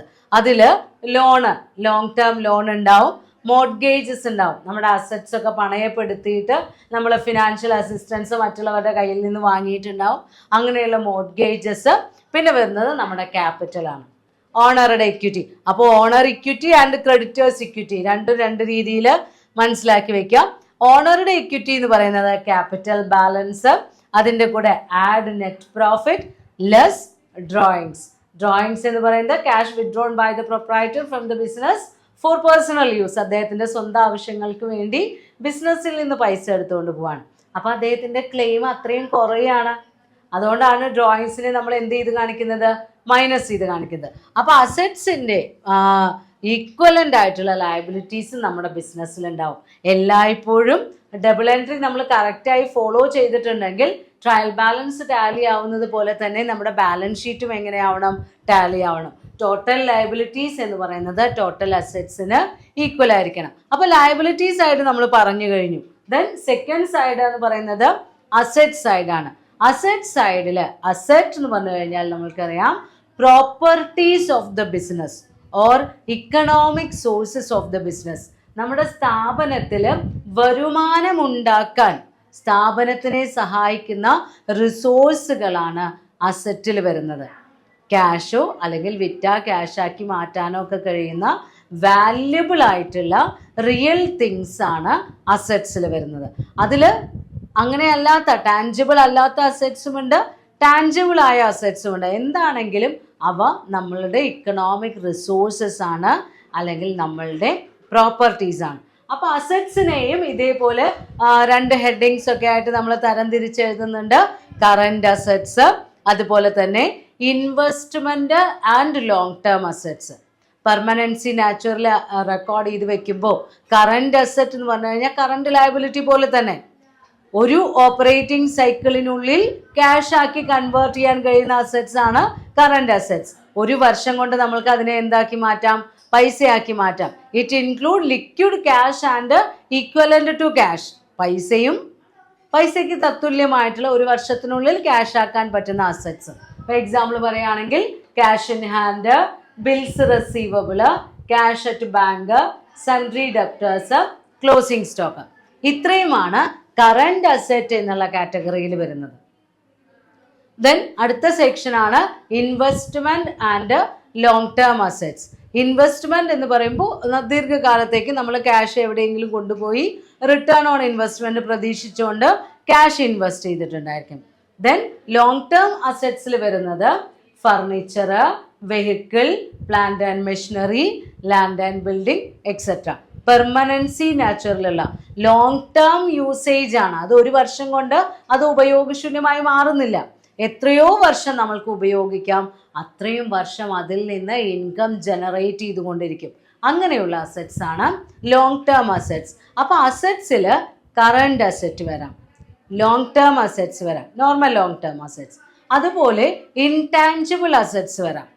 നമ്മൾക്ക് കാണാനോ തൊട്ടു നോക്കാനോ ഒന്നും കഴിയില്ല, പക്ഷെ അതിൻ്റെ പ്രസൻസ് കൊണ്ട് നമ്മൾക്ക് ലാഭത്തിൽ വർധനവുണ്ടാവും. അപ്പം നമ്മുടെ ഗുഡ് വില്ല് അങ്ങനെയുള്ള നമുക്ക് കണ്ടറിയാൻ പറ്റില്ല, പക്ഷേ അതിൻ്റെ റിസൾട്ട് ഓപ്പറേറ്റിംഗ് റിസൾട്ടിൽ ആഡപ്പ് ചെയ്ത് വരും. അങ്ങനെയുള്ള ഇൻടാഞ്ചിബിൾ അസറ്റ്സ് ഉണ്ട്. ദെൻ ഫിക്റ്റീഷ്യസ് അസറ്റ്സ് ഉണ്ട്, പേരിന് മാത്രം എഴുതി വയ്ക്കുന്ന അസറ്റ്സ്. ഇപ്പോൾ എക്സാമ്പിൾ പറയുകയാണെങ്കിൽ ഒരു ബിസിനസ് തുടങ്ങുന്ന സമയത്ത് ഒരു വലിയ എമൗണ്ട് പരസ്യങ്ങൾക്ക് വേണ്ടിയോ റിലേറ്റഡ് പ്രൊമോഷണൽ എക്സ്പെൻസ് ഒക്കെ ആയിട്ട് വരാം. ഫോർമേഷൻ എക്സ്പെൻസ് എന്ന് പറഞ്ഞ് നമ്മൾ എഴുതി വെക്കും. ആ എക്സ്പെൻസിൻ്റെ ഗുണം എന്ന് പറയുന്നത് ഒരുപാട് വർഷങ്ങൾ കൊണ്ടാണ് ബിസിനസ്സിന് അനുഭവിക്കാൻ കഴിയുക. അപ്പോൾ ഒരിക്കലും ആ എക്സ്പെൻസിനെ നമ്മൾ പ്രോഫിറ്റ് ആൻഡ് ലോസ് അക്കൗണ്ടിൽ എഴുതില്ല. അത് ഒരു അസറ്റായി നമ്മൾ എഴുതും. ഓരോ വർഷവും ലാഭത്തിൽ നിന്ന് ഒരു നിശ്ചിത പെർസെൻറ്റേജ് റൈറ്റ് ഓഫ് ചെയ്ത് കളയും. ഈ അസറ്റ്സിൻ്റെ ഒരു പോർഷൻ ലാഭത്തിലേക്ക് ട്രാൻസ്ഫർ ചെയ്തുകൊണ്ട് റൈറ്റ് ഓഫ് ചെയ്ത് കളയും. അങ്ങനെ റൈറ്റ് ഓഫ് ചെയ്ത് കളയുന്ന എക്സ്പെൻസുകളും ബാലൻസ് ഷീറ്റിൻ്റെ അസറ്റ് സൈഡിൽ ഉണ്ടായിരിക്കാം. അപ്പോൾ ഗുഡ് വില്ല്, അതുപോലെ തന്നെ ഇപ്പോൾ അസറ്റിൻ്റെ ഇപ്പോൾ നമ്മളിങ്ങനെ അഡ്വർടൈസിങ് എക്സ്പെൻസ്, ഫോർമേഷൻ എക്സ്പെൻസ് ഒക്കെയാണ് റൈറ്റ് ഓഫ് ചെയ്യുന്നത്. അപ്പോൾ ബാലൻസ് ഷീറ്റിൽ നമ്മൾ ഇൻക്ലൂഡ് ചെയ്യുന്ന 2 ഐറ്റംസ് എന്ന് പറയുന്നത് അസറ്റ്സും ലയബിലിറ്റീസുമാണ്. അതിൽ ശ്രദ്ധിക്കാനുള്ള കാര്യങ്ങളാണ് നമ്മൾ പറഞ്ഞത്. അസറ്റ്സ് എന്ന് പറഞ്ഞു കഴിഞ്ഞാൽ ഇക്കണോമിക് റിസോഴ്സ് ആണ്, അല്ലെങ്കിൽ പ്രോപ്പർട്ടി ഓഫ് ദി ബിസിനസ് ആണ്. അസറ്റ്സിൽ ഫിക്സഡ് അസറ്റും കറണ്ട് അസറ്റും ഉണ്ടായിരിക്കും. കറണ്ട് അസറ്റിൻ്റെ ഡ്യൂറേഷൻ 1 ഇയർ ആണ്. Fixed asset long term life ഉള്ളതാണ്. അസറ്റ്സിൽ ടാഞ്ചിബിളും ഇൻടാഞ്ചിബിളും അസറ്റ് ഉണ്ടായിരിക്കും. റൈറ്റ് ഓഫ് ചെയ്യുന്ന അസറ്റ്സും ഉണ്ടായിരിക്കും. ദെൻ ലയബിലിറ്റീസിൽ ശ്രദ്ധിക്കാനുള്ളത്, ലയബിലിറ്റി എന്ന് പറഞ്ഞു കഴിഞ്ഞാൽ all claims against the assets of the business ആണ്. നമ്മുടെ ബിസിനസ്സിൻ്റെ അസറ്റുകൾക്ക് മുകളിലുള്ള ക്ലെയിമുകളാണ് ലയബിലിറ്റീസ്. അത് ഓണേഴ്സിൻ്റെയും വരാം, ഔട്ട്സൈഡേഴ്സിൻ്റെയും വരാം. ലയബിലിറ്റിയിലും കറണ്ട് ലയബിലിറ്റി ഉണ്ട്, ലോങ് ടേം ലയബിലിറ്റി ഉണ്ട്. കറണ്ട് ലയബിലിറ്റി എന്ന് പറഞ്ഞു കഴിഞ്ഞാൽ ഒരു ഓപ്പറേറ്റിംഗ് സൈക്കിളിനുള്ളിൽ പേയ്മെൻറ്റ് കൊടുക്കണം, 1 ഇയറിനുള്ളിൽ പേയ്മെൻറ്റ് നടത്തണം. ലോങ് ടേം ലയബിലിറ്റി എന്ന് പറഞ്ഞു കഴിഞ്ഞാൽ ഒരുപാട് വർഷം കാലാവധിയുള്ള ബാധ്യതകൾ.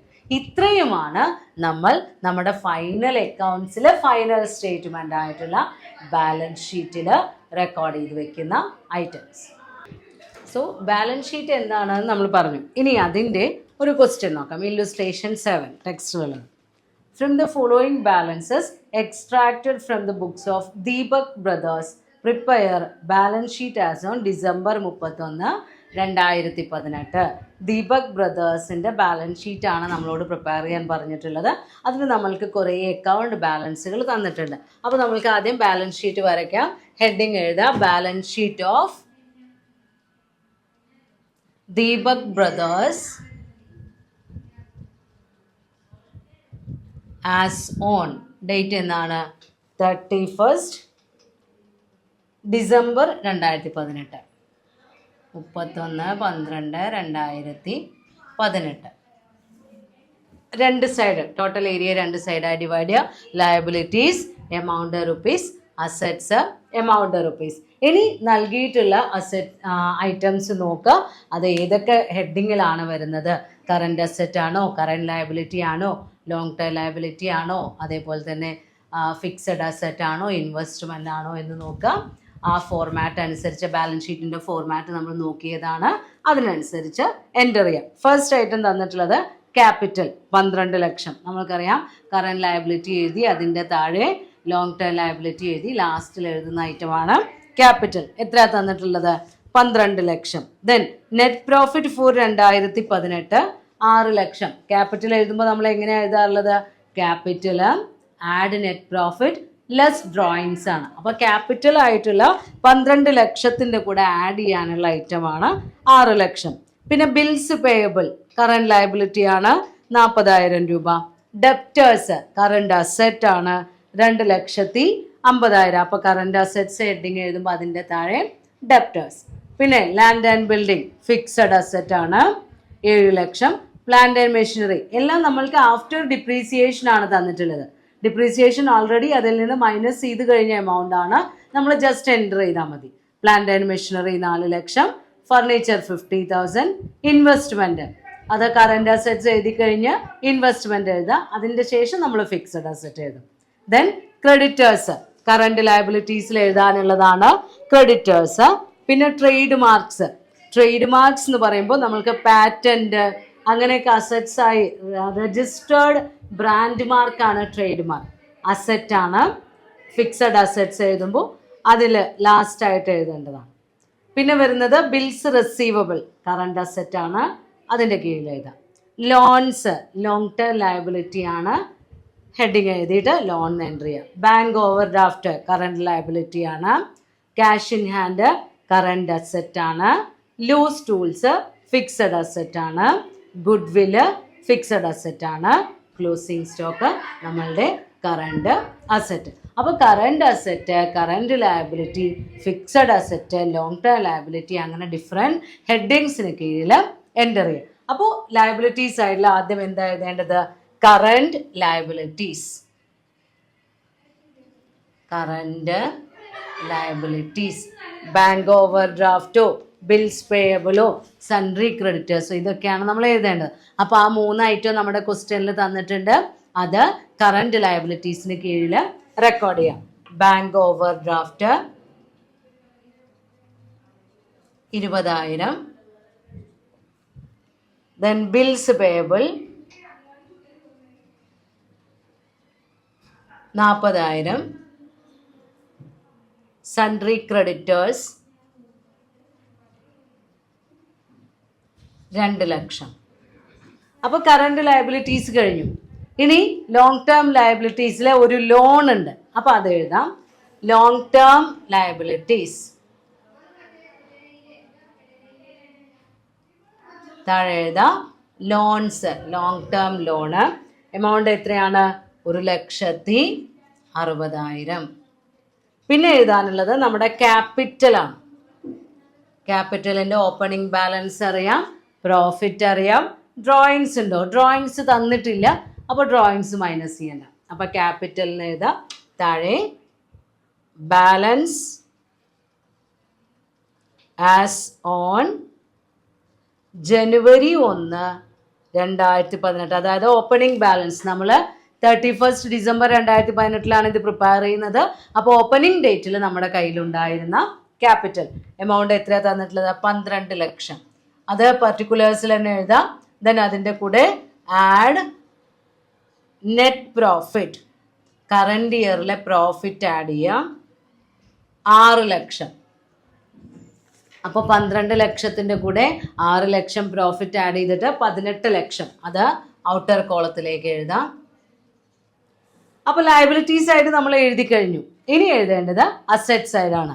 Current asset, investment, fixed asset. അപ്പോൾ ഫസ്റ്റ് ഹെഡിങ് കറണ്ട് അസറ്റ്സ്. താഴെ ക്യാഷ് ഇൻ ഹാൻഡ്, ക്വസ്റ്റ്യനിൽ തന്നിട്ടുള്ള എല്ലാ കറണ്ട് അസറ്റും എടുത്തെഴുതാം. Cash in hand 60,000. ദെൻ അതേപോലെ bills receivable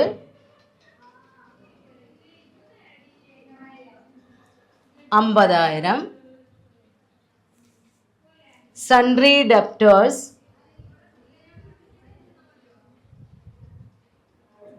2,50,000. Stock in hand 1,85,000. Investments, current asset കഴിഞ്ഞ അടുത്ത ഐറ്റം ഇൻവെസ്റ്റ്മെൻറ്റ്സ്. ഇൻവെസ്റ്റ്മെൻറ്റ് എത്രയാണ് നമുക്ക് തന്നിട്ടുള്ളത് ക്വസ്റ്റ്യനിൽ? 3,50,000. അപ്പോൾ കറണ്ട് അസറ്റ്സും ഇൻവെസ്റ്റ്മെൻറ്റും എഴുതി. ഇനി അടുത്തതായി എഴുതേണ്ടത് ഫിക്സഡ് അസറ്റ്. ഫിക്സഡ് അസറ്റ്സിൻ്റെ താഴെ ഓരോന്നും വേറെ വേറെ എഴുതാം. ആദ്യം ലൂസ് ടൂൾസ് 50,000. ദെൻ അടുത്ത item furniture 50,000. Plant and machinery 4 lakh. Land and building 25,000. Trade marks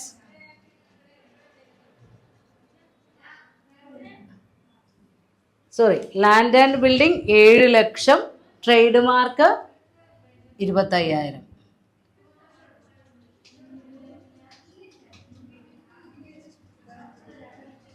last item good will 1 lakh. രണ്ട് സൈഡും ടോട്ടൽ ചെയ്യാം. 22,20,000.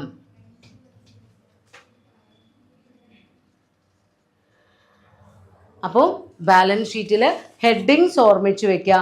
ലയബിലിറ്റി സൈഡ് ആണെങ്കിൽ current liability, long term liability, capital. Asset സൈഡിലാണെങ്കിൽ current assets, investments, fixed assets. Fixed അസറ്റിൻ്റെ ലാസ്റ്റിലേക്കാണ് നമ്മുടെ fictitious asset ഒക്കെ എഴുതേണ്ടത്. ഇപ്പോൾ goodwill, patent, trade mark, advertisement, return of, long term, preliminary expense ഒക്കെ ഉണ്ടാവും. അതൊക്കെ ലാസ്റ്റിലേക്ക് എഴുതാം. ഇനി ഇതിൽ വെർട്ടിക്കൽ പ്രസൻറ്റേഷൻ തന്നിട്ടുണ്ട്.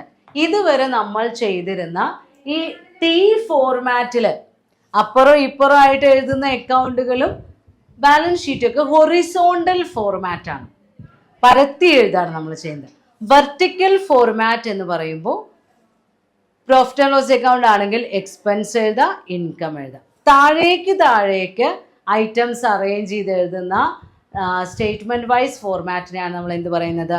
വെർട്ടിക്കൽ ഫോർമാറ്റ് എന്ന് പറയുന്നത്. ഇപ്പോൾ trading and profit and loss account ആണെങ്കിൽ ഒരേ സൈഡിൽ, അതായത് 2 സൈഡ് ഇല്ല, ഡെബിറ്റ് ക്രെഡിറ്റ് എന്നില്ല, പർട്ടിക്കുലേഴ്സും 2 എമൗണ്ട് കോളും.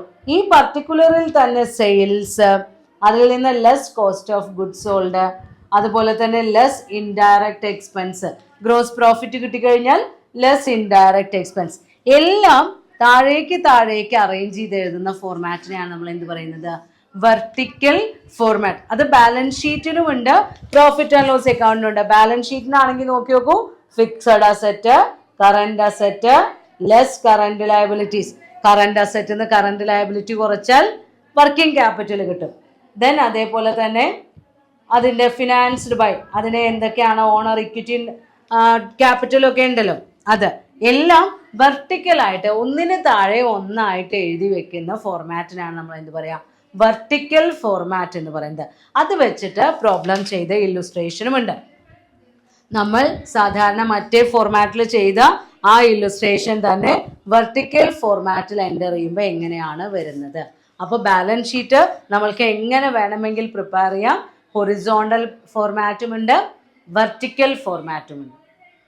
Manufacturing account normally trading concerns ആണെങ്കിൽ അവിടെ പെർട്ടിക്കുലർ പ്രൊഡക്ഷൻ ഒന്നും നടക്കുന്നില്ല, അവർ ഉൽപ്പന്നങ്ങൾ ഇങ്ങനെ വിൽക്കുന്നേ ഉള്ളൂ. എന്നാൽ മാനുഫാക്ചറിങ് പ്രോസസ്സ് നടക്കുന്ന, ഇപ്പോൾ ഈ ഗുഡ്സ് ഫിനിഷ്ഡ് ഗുഡ്സ് വാങ്ങി വിൽക്കുന്ന സ്ഥാപനങ്ങളുണ്ട്, അതേ കമ്പനിയിൽ പ്രൊഡ്യൂസ് ചെയ്ത് പ്രോഡക്റ്റ് വിൽക്കുന്ന സ്ഥാപനങ്ങളുണ്ട്. അപ്പോൾ അങ്ങനെയുള്ള മാനുഫാക്ചറിങ് കൺസേൺസ് ആണെങ്കിൽ അവിടെ മാനുഫാക്ചറിങ് അക്കൗണ്ട് എന്ന് പറയുന്ന ഒരു അക്കൗണ്ട് പ്രിപ്പയർ ചെയ്യും. In order to know about the expenses incurred for production of goods, എത്രമാത്രം ഉൽപ്പന്നങ്ങൾ ഉൽപ്പാദിപ്പിച്ചു, അതിനു വേണ്ടി എത്ര രൂപ ചെലവ് വന്നു, അത് കണക്കാക്കാൻ വേണ്ടിയാണ് മാനുഫാക്ചറിങ് അക്കൗണ്ട് നമ്മൾ പ്രിപ്പയർ ചെയ്യുന്നത്, ഉൽപാദന ചെലവ് കണക്കാക്കാൻ. അപ്പോൾ അവിടെ വരുമാനമൊന്നുമില്ല, ചെലവുകൾ മാത്രമേ ഉള്ളൂ. കുറേ മെറ്റീരിയൽ വാങ്ങുന്നുണ്ടാവും, കുറേ മെറ്റീരിയൽ പകുതി പണി കഴിഞ്ഞത് നമ്മുടെ സ്ഥാപനത്തിൽ തന്നെ ഉണ്ടാവും. അപ്പോൾ അതിനെ പകുതി പണി കഴിഞ്ഞതിനെ ഫിനിഷ്ഡ് പ്രോഡക്റ്റ് ആക്കി മാറ്റും. പുതിയ മെറ്റീരിയൽസ് വന്നാൽ ആ മെറ്റീരിയൽസിനെ വർക്ക് ചെയ്ത് അതായത് കൺവേർട്ട് ചെയ്ത് ഫിനിഷ്ഡ് പ്രോഡക്റ്റ് ആക്കി മാറ്റും. അപ്പോൾ നമ്മൾ ഇവിടെ കണ്ടുപിടിക്കുന്നത് കോസ്റ്റ് ഓഫ് ഗുഡ്സ് പ്രൊഡ്യൂസ്ഡ് ആണ്. ട്രേഡിംഗ് അക്കൗണ്ടിൽ കോസ്റ്റ് ഓഫ് ഗുഡ്സ് സോൾഡ് ആയിരുന്നു, മാനുഫാക്ചറിങ് അക്കൗണ്ടിൽ കോസ്റ്റ് ഓഫ് ഗുഡ്സ് പ്രൊഡ്യൂസ്ഡ് ആണ് കാൽക്കുലേറ്റ് ചെയ്യുന്നത്. അപ്പോൾ മാനുഫാക്ചറിങ് അക്കൗണ്ടിൽ നമ്മൾ കൺസിഡർ ചെയ്യുന്ന ഐറ്റംസ് എന്ന് പറയുന്നത് ഏറ്റവും ആദ്യം തുടങ്ങുന്നത് to work in progress at beginning, partly processed materials ഉണ്ടാവും. അങ്ങനെ വർക്ക് ഇൻ പ്രോഗ്രസ്, ഇനി കുറച്ചുകൂടെ വർക്ക് ചെയ്ത് കഴിഞ്ഞാൽ അത് കുറച്ചുകൂടെ പ്രോസസ്സിങ് അതിൽ നടത്തിയ ഫിനിഷ്ഡ് പ്രോഡക്റ്റ് ആയി മാറും.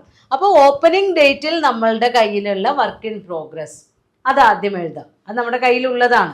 ഇനി ഈ വർഷം എത്ര റോ മെറ്റീരിയൽ കൺസ്യൂം ചെയ്തു. അപ്പോൾ ഈ കോസ്റ്റ് ഓഫ് ഗുഡ്സ് പ്രൊഡ്യൂസ്ഡ് എന്ന് പറയുമ്പോൾ അതിന് 2 പോർഷൻ ആണുള്ളത്. ഉൽപ്പാദിപ്പിച്ച വസ്തുക്കളുടെ ചെലവ് എന്ന് പറയുമ്പോൾ അതിൽ 2 എലമെന്റ് വരുന്നുണ്ട്. ഒന്ന് cost of raw materials consumed, എത്ര റോ മെറ്റീരിയൽ നമ്മൾ ഉപയോഗിച്ചു അതിൻ്റെ ചെലവ്, plus conversion cost, cost of conversion. ഈ റോ മെറ്റീരിയൽസിനെ ഫിനിഷ്ഡ് പ്രൊഡക്റ്റ് ആക്കാൻ വേണ്ടി ഫാക്ടറിയിൽ വന്ന ചെലവ്, തൊഴിലാളികൾക്ക് കൂലി കൊടുത്തിട്ടുണ്ടാവും, പവർ ഉപയോഗിച്ചിട്ടുണ്ടാവും, ലൈറ്റ് ഉപയോഗിച്ചിട്ടുണ്ടാവും, അങ്ങനെ ഡിപ്രീസിയേഷൻ ഉണ്ടാവും പ്ലാന്റിന്. അങ്ങനെ ഫാക്ടറിയിൽ വരുന്ന ചെലവുകൾ, ഉൽപാദനത്തിന് വേണ്ടി ഫാക്ടറിയിൽ വരുന്ന ചെലവ്. അപ്പോൾ മെറ്റീരിയലിന് വേണ്ടി വരുന്ന ചെലവ്, ഉൽപാദനത്തിന് വേണ്ടി വരുന്ന ചെലവ്, രണ്ടും കൂടെ കൂട്ടിയാലാണ് ടോട്ടൽ പ്രൊഡക്ഷന് വേണ്ടി വരുന്ന എക്സ്പെൻസ് നമ്മൾക്ക് മനസ്സിലാവുക. അപ്പോൾ ഈ cost of raw material consumed നമ്മൾ കാൽക്കുലേറ്റ് ചെയ്യുന്നത് opening stock of raw material plus purchases minus closing stock. അതായത് ഇക്കൊല്ലം തുടങ്ങുമ്പോൾ നമ്മുടെ കയ്യിൽ എത്ര മെറ്റീരിയൽ ഉണ്ടായിരുന്നു, വർക്ക് ഇൻ പ്രോഗ്രസ് അല്ല കേട്ടോ, മെറ്റീരിയൽ.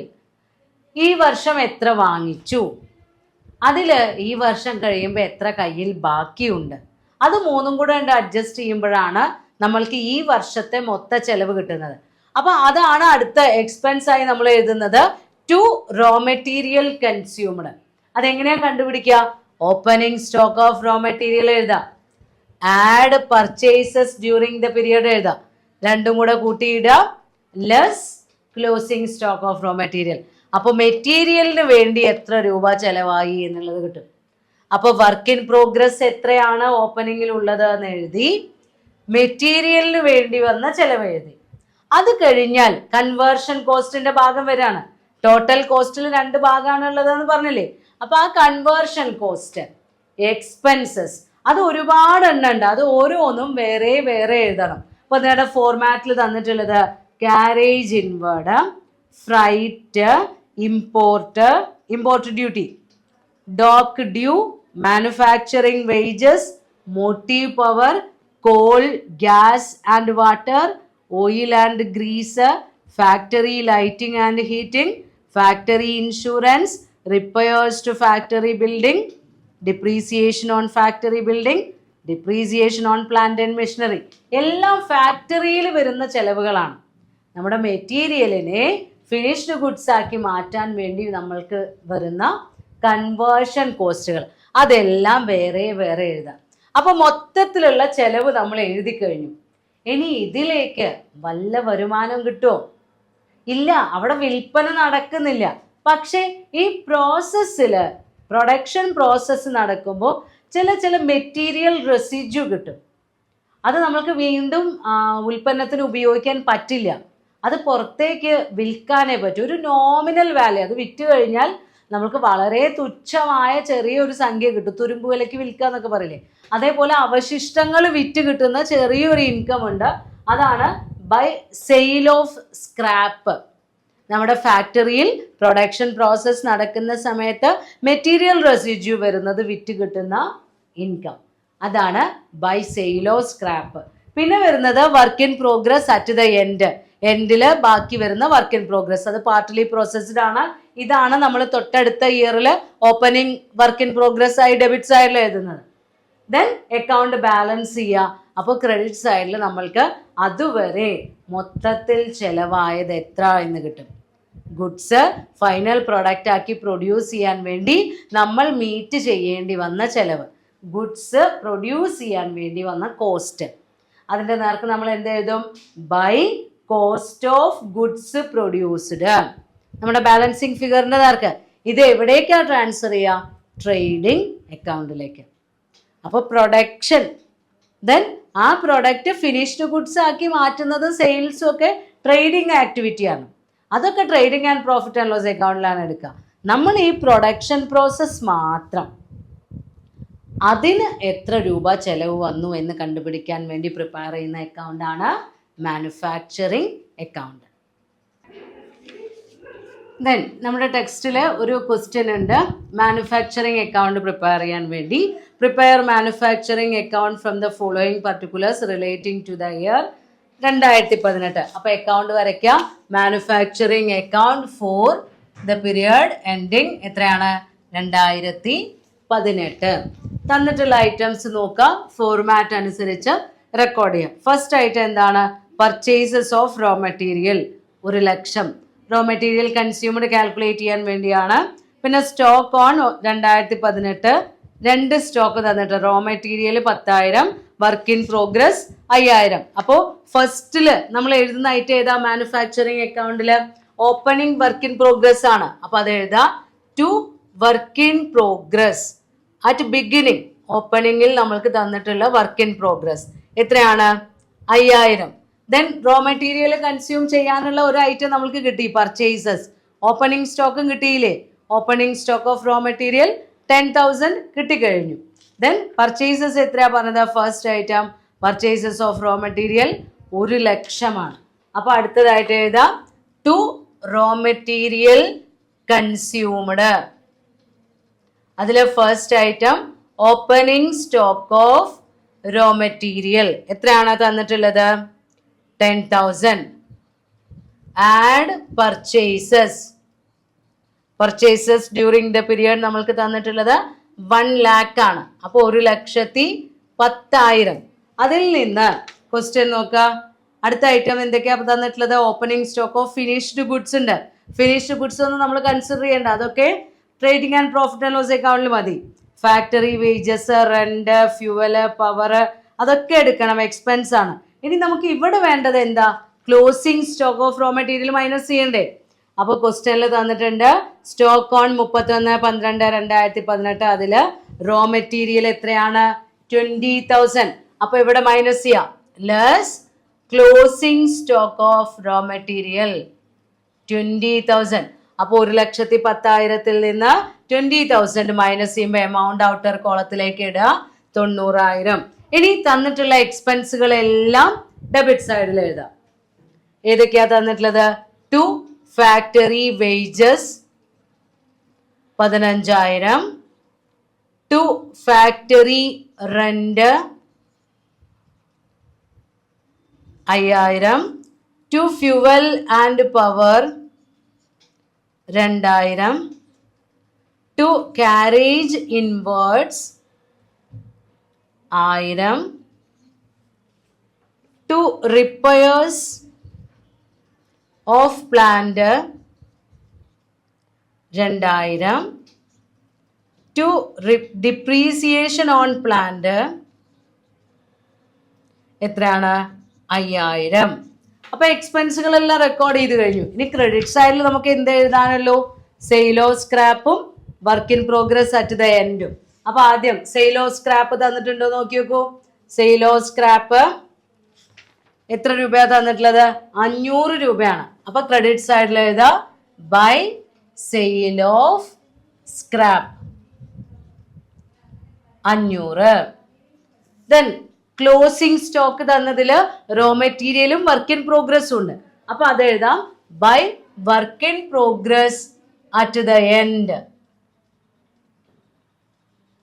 എത്രയാണ്? 7500. ഇത്രയാണ് നമ്മൾക്ക് എഴുതാനുള്ളൂ. ഫിനിഷ്ഡ് ഗുഡ്സ് ഒന്നും എടുക്കേണ്ട ആവശ്യമില്ല. അതേപോലെ ഏതെങ്കിലും തരത്തിലുള്ള selling and distribution related expense ഒക്കെ ക്വസ്റ്റ്യനിൽ തന്നു കഴിഞ്ഞാൽ അതൊന്നും നമ്മൾ എടുക്കരുത്. മാനുഫാക്ചറിങ് റിലേറ്റഡ് ഐറ്റംസ് മാത്രം എക്സ്പെൻസ്. ക്രെഡിറ്റ് സൈഡിൽ ആകെ 2 ഐറ്റമല്ലോ, സെയിലോ സ്ക്രാപ്പും ക്ലോസിംഗ് വർക്ക് ഇൻ പ്രോഗ്രസും. അക്കൗണ്ട് ടോട്ടൽ ചെയ്യാം. ടോട്ടല് 1,25,000. ബാലൻസ് 1,17,500. അതിൻ്റെ നേർക്ക് എഴുതാം by cost of goods produced. ബ്രാക്കറ്റിൽ കാണിക്കാം ട്രാൻസ്ഫേർഡ് ടു ട്രേഡിംഗ് അക്കൗണ്ട്. ഇതാണ് മാനുഫാക്ചറിങ് അക്കൗണ്ട്. അപ്പൊ ഏതൊരു കൺസേണിലാണോ വെറും സെയിൽസ് അല്ലാതെ അല്ലെങ്കിൽ ട്രേഡിംഗ് ആക്ടിവിറ്റി അല്ലാതെ പ്രൊഡക്ഷൻ കൂടി വരുന്നത്, അത്തരം എസ്റ്റാബ്ലിഷ്മെന്റ്സിൽ, മാനുഫാക്ചറിങ് കൺസേൺസിൽ ട്രേഡിംഗ് അക്കൗണ്ട് പ്രിപ്പയർ ചെയ്യുന്നതിന് മുൻപേ ആയി നമ്മൾ പ്രിപ്പയർ ചെയ്യുന്ന അക്കൗണ്ടാണ് മാനുഫാക്ചറിങ് അക്കൗണ്ട്. ഇതിൻ്റെ ബാലൻസ് നമ്മൾ ട്രാൻസ്ഫർ ചെയ്യുന്നത് ട്രേഡിംഗ് അക്കൗണ്ടിലേക്കാണ്. ആ ബാലൻസ് എമൗണ്ടിൻ്റെ പേരാണ് കോസ്റ്റ് ഓഫ് ഗുഡ്സ് പ്രൊഡ്യൂസ്. ഈ പ്രോഡക്ട്സ് ഉൽപ്പാദിപ്പിക്കാൻ വേണ്ടി വന്നിട്ടുള്ള ചെലവ്. ഇത്രയുമാണ് നമ്മൾക്ക് ഫൈനൽ അക്കൗണ്ട്സ് പാർട്ട് 1 എന്ന് പറയുന്ന ചാപ്റ്ററിൽ പഠിക്കാനുള്ളത്.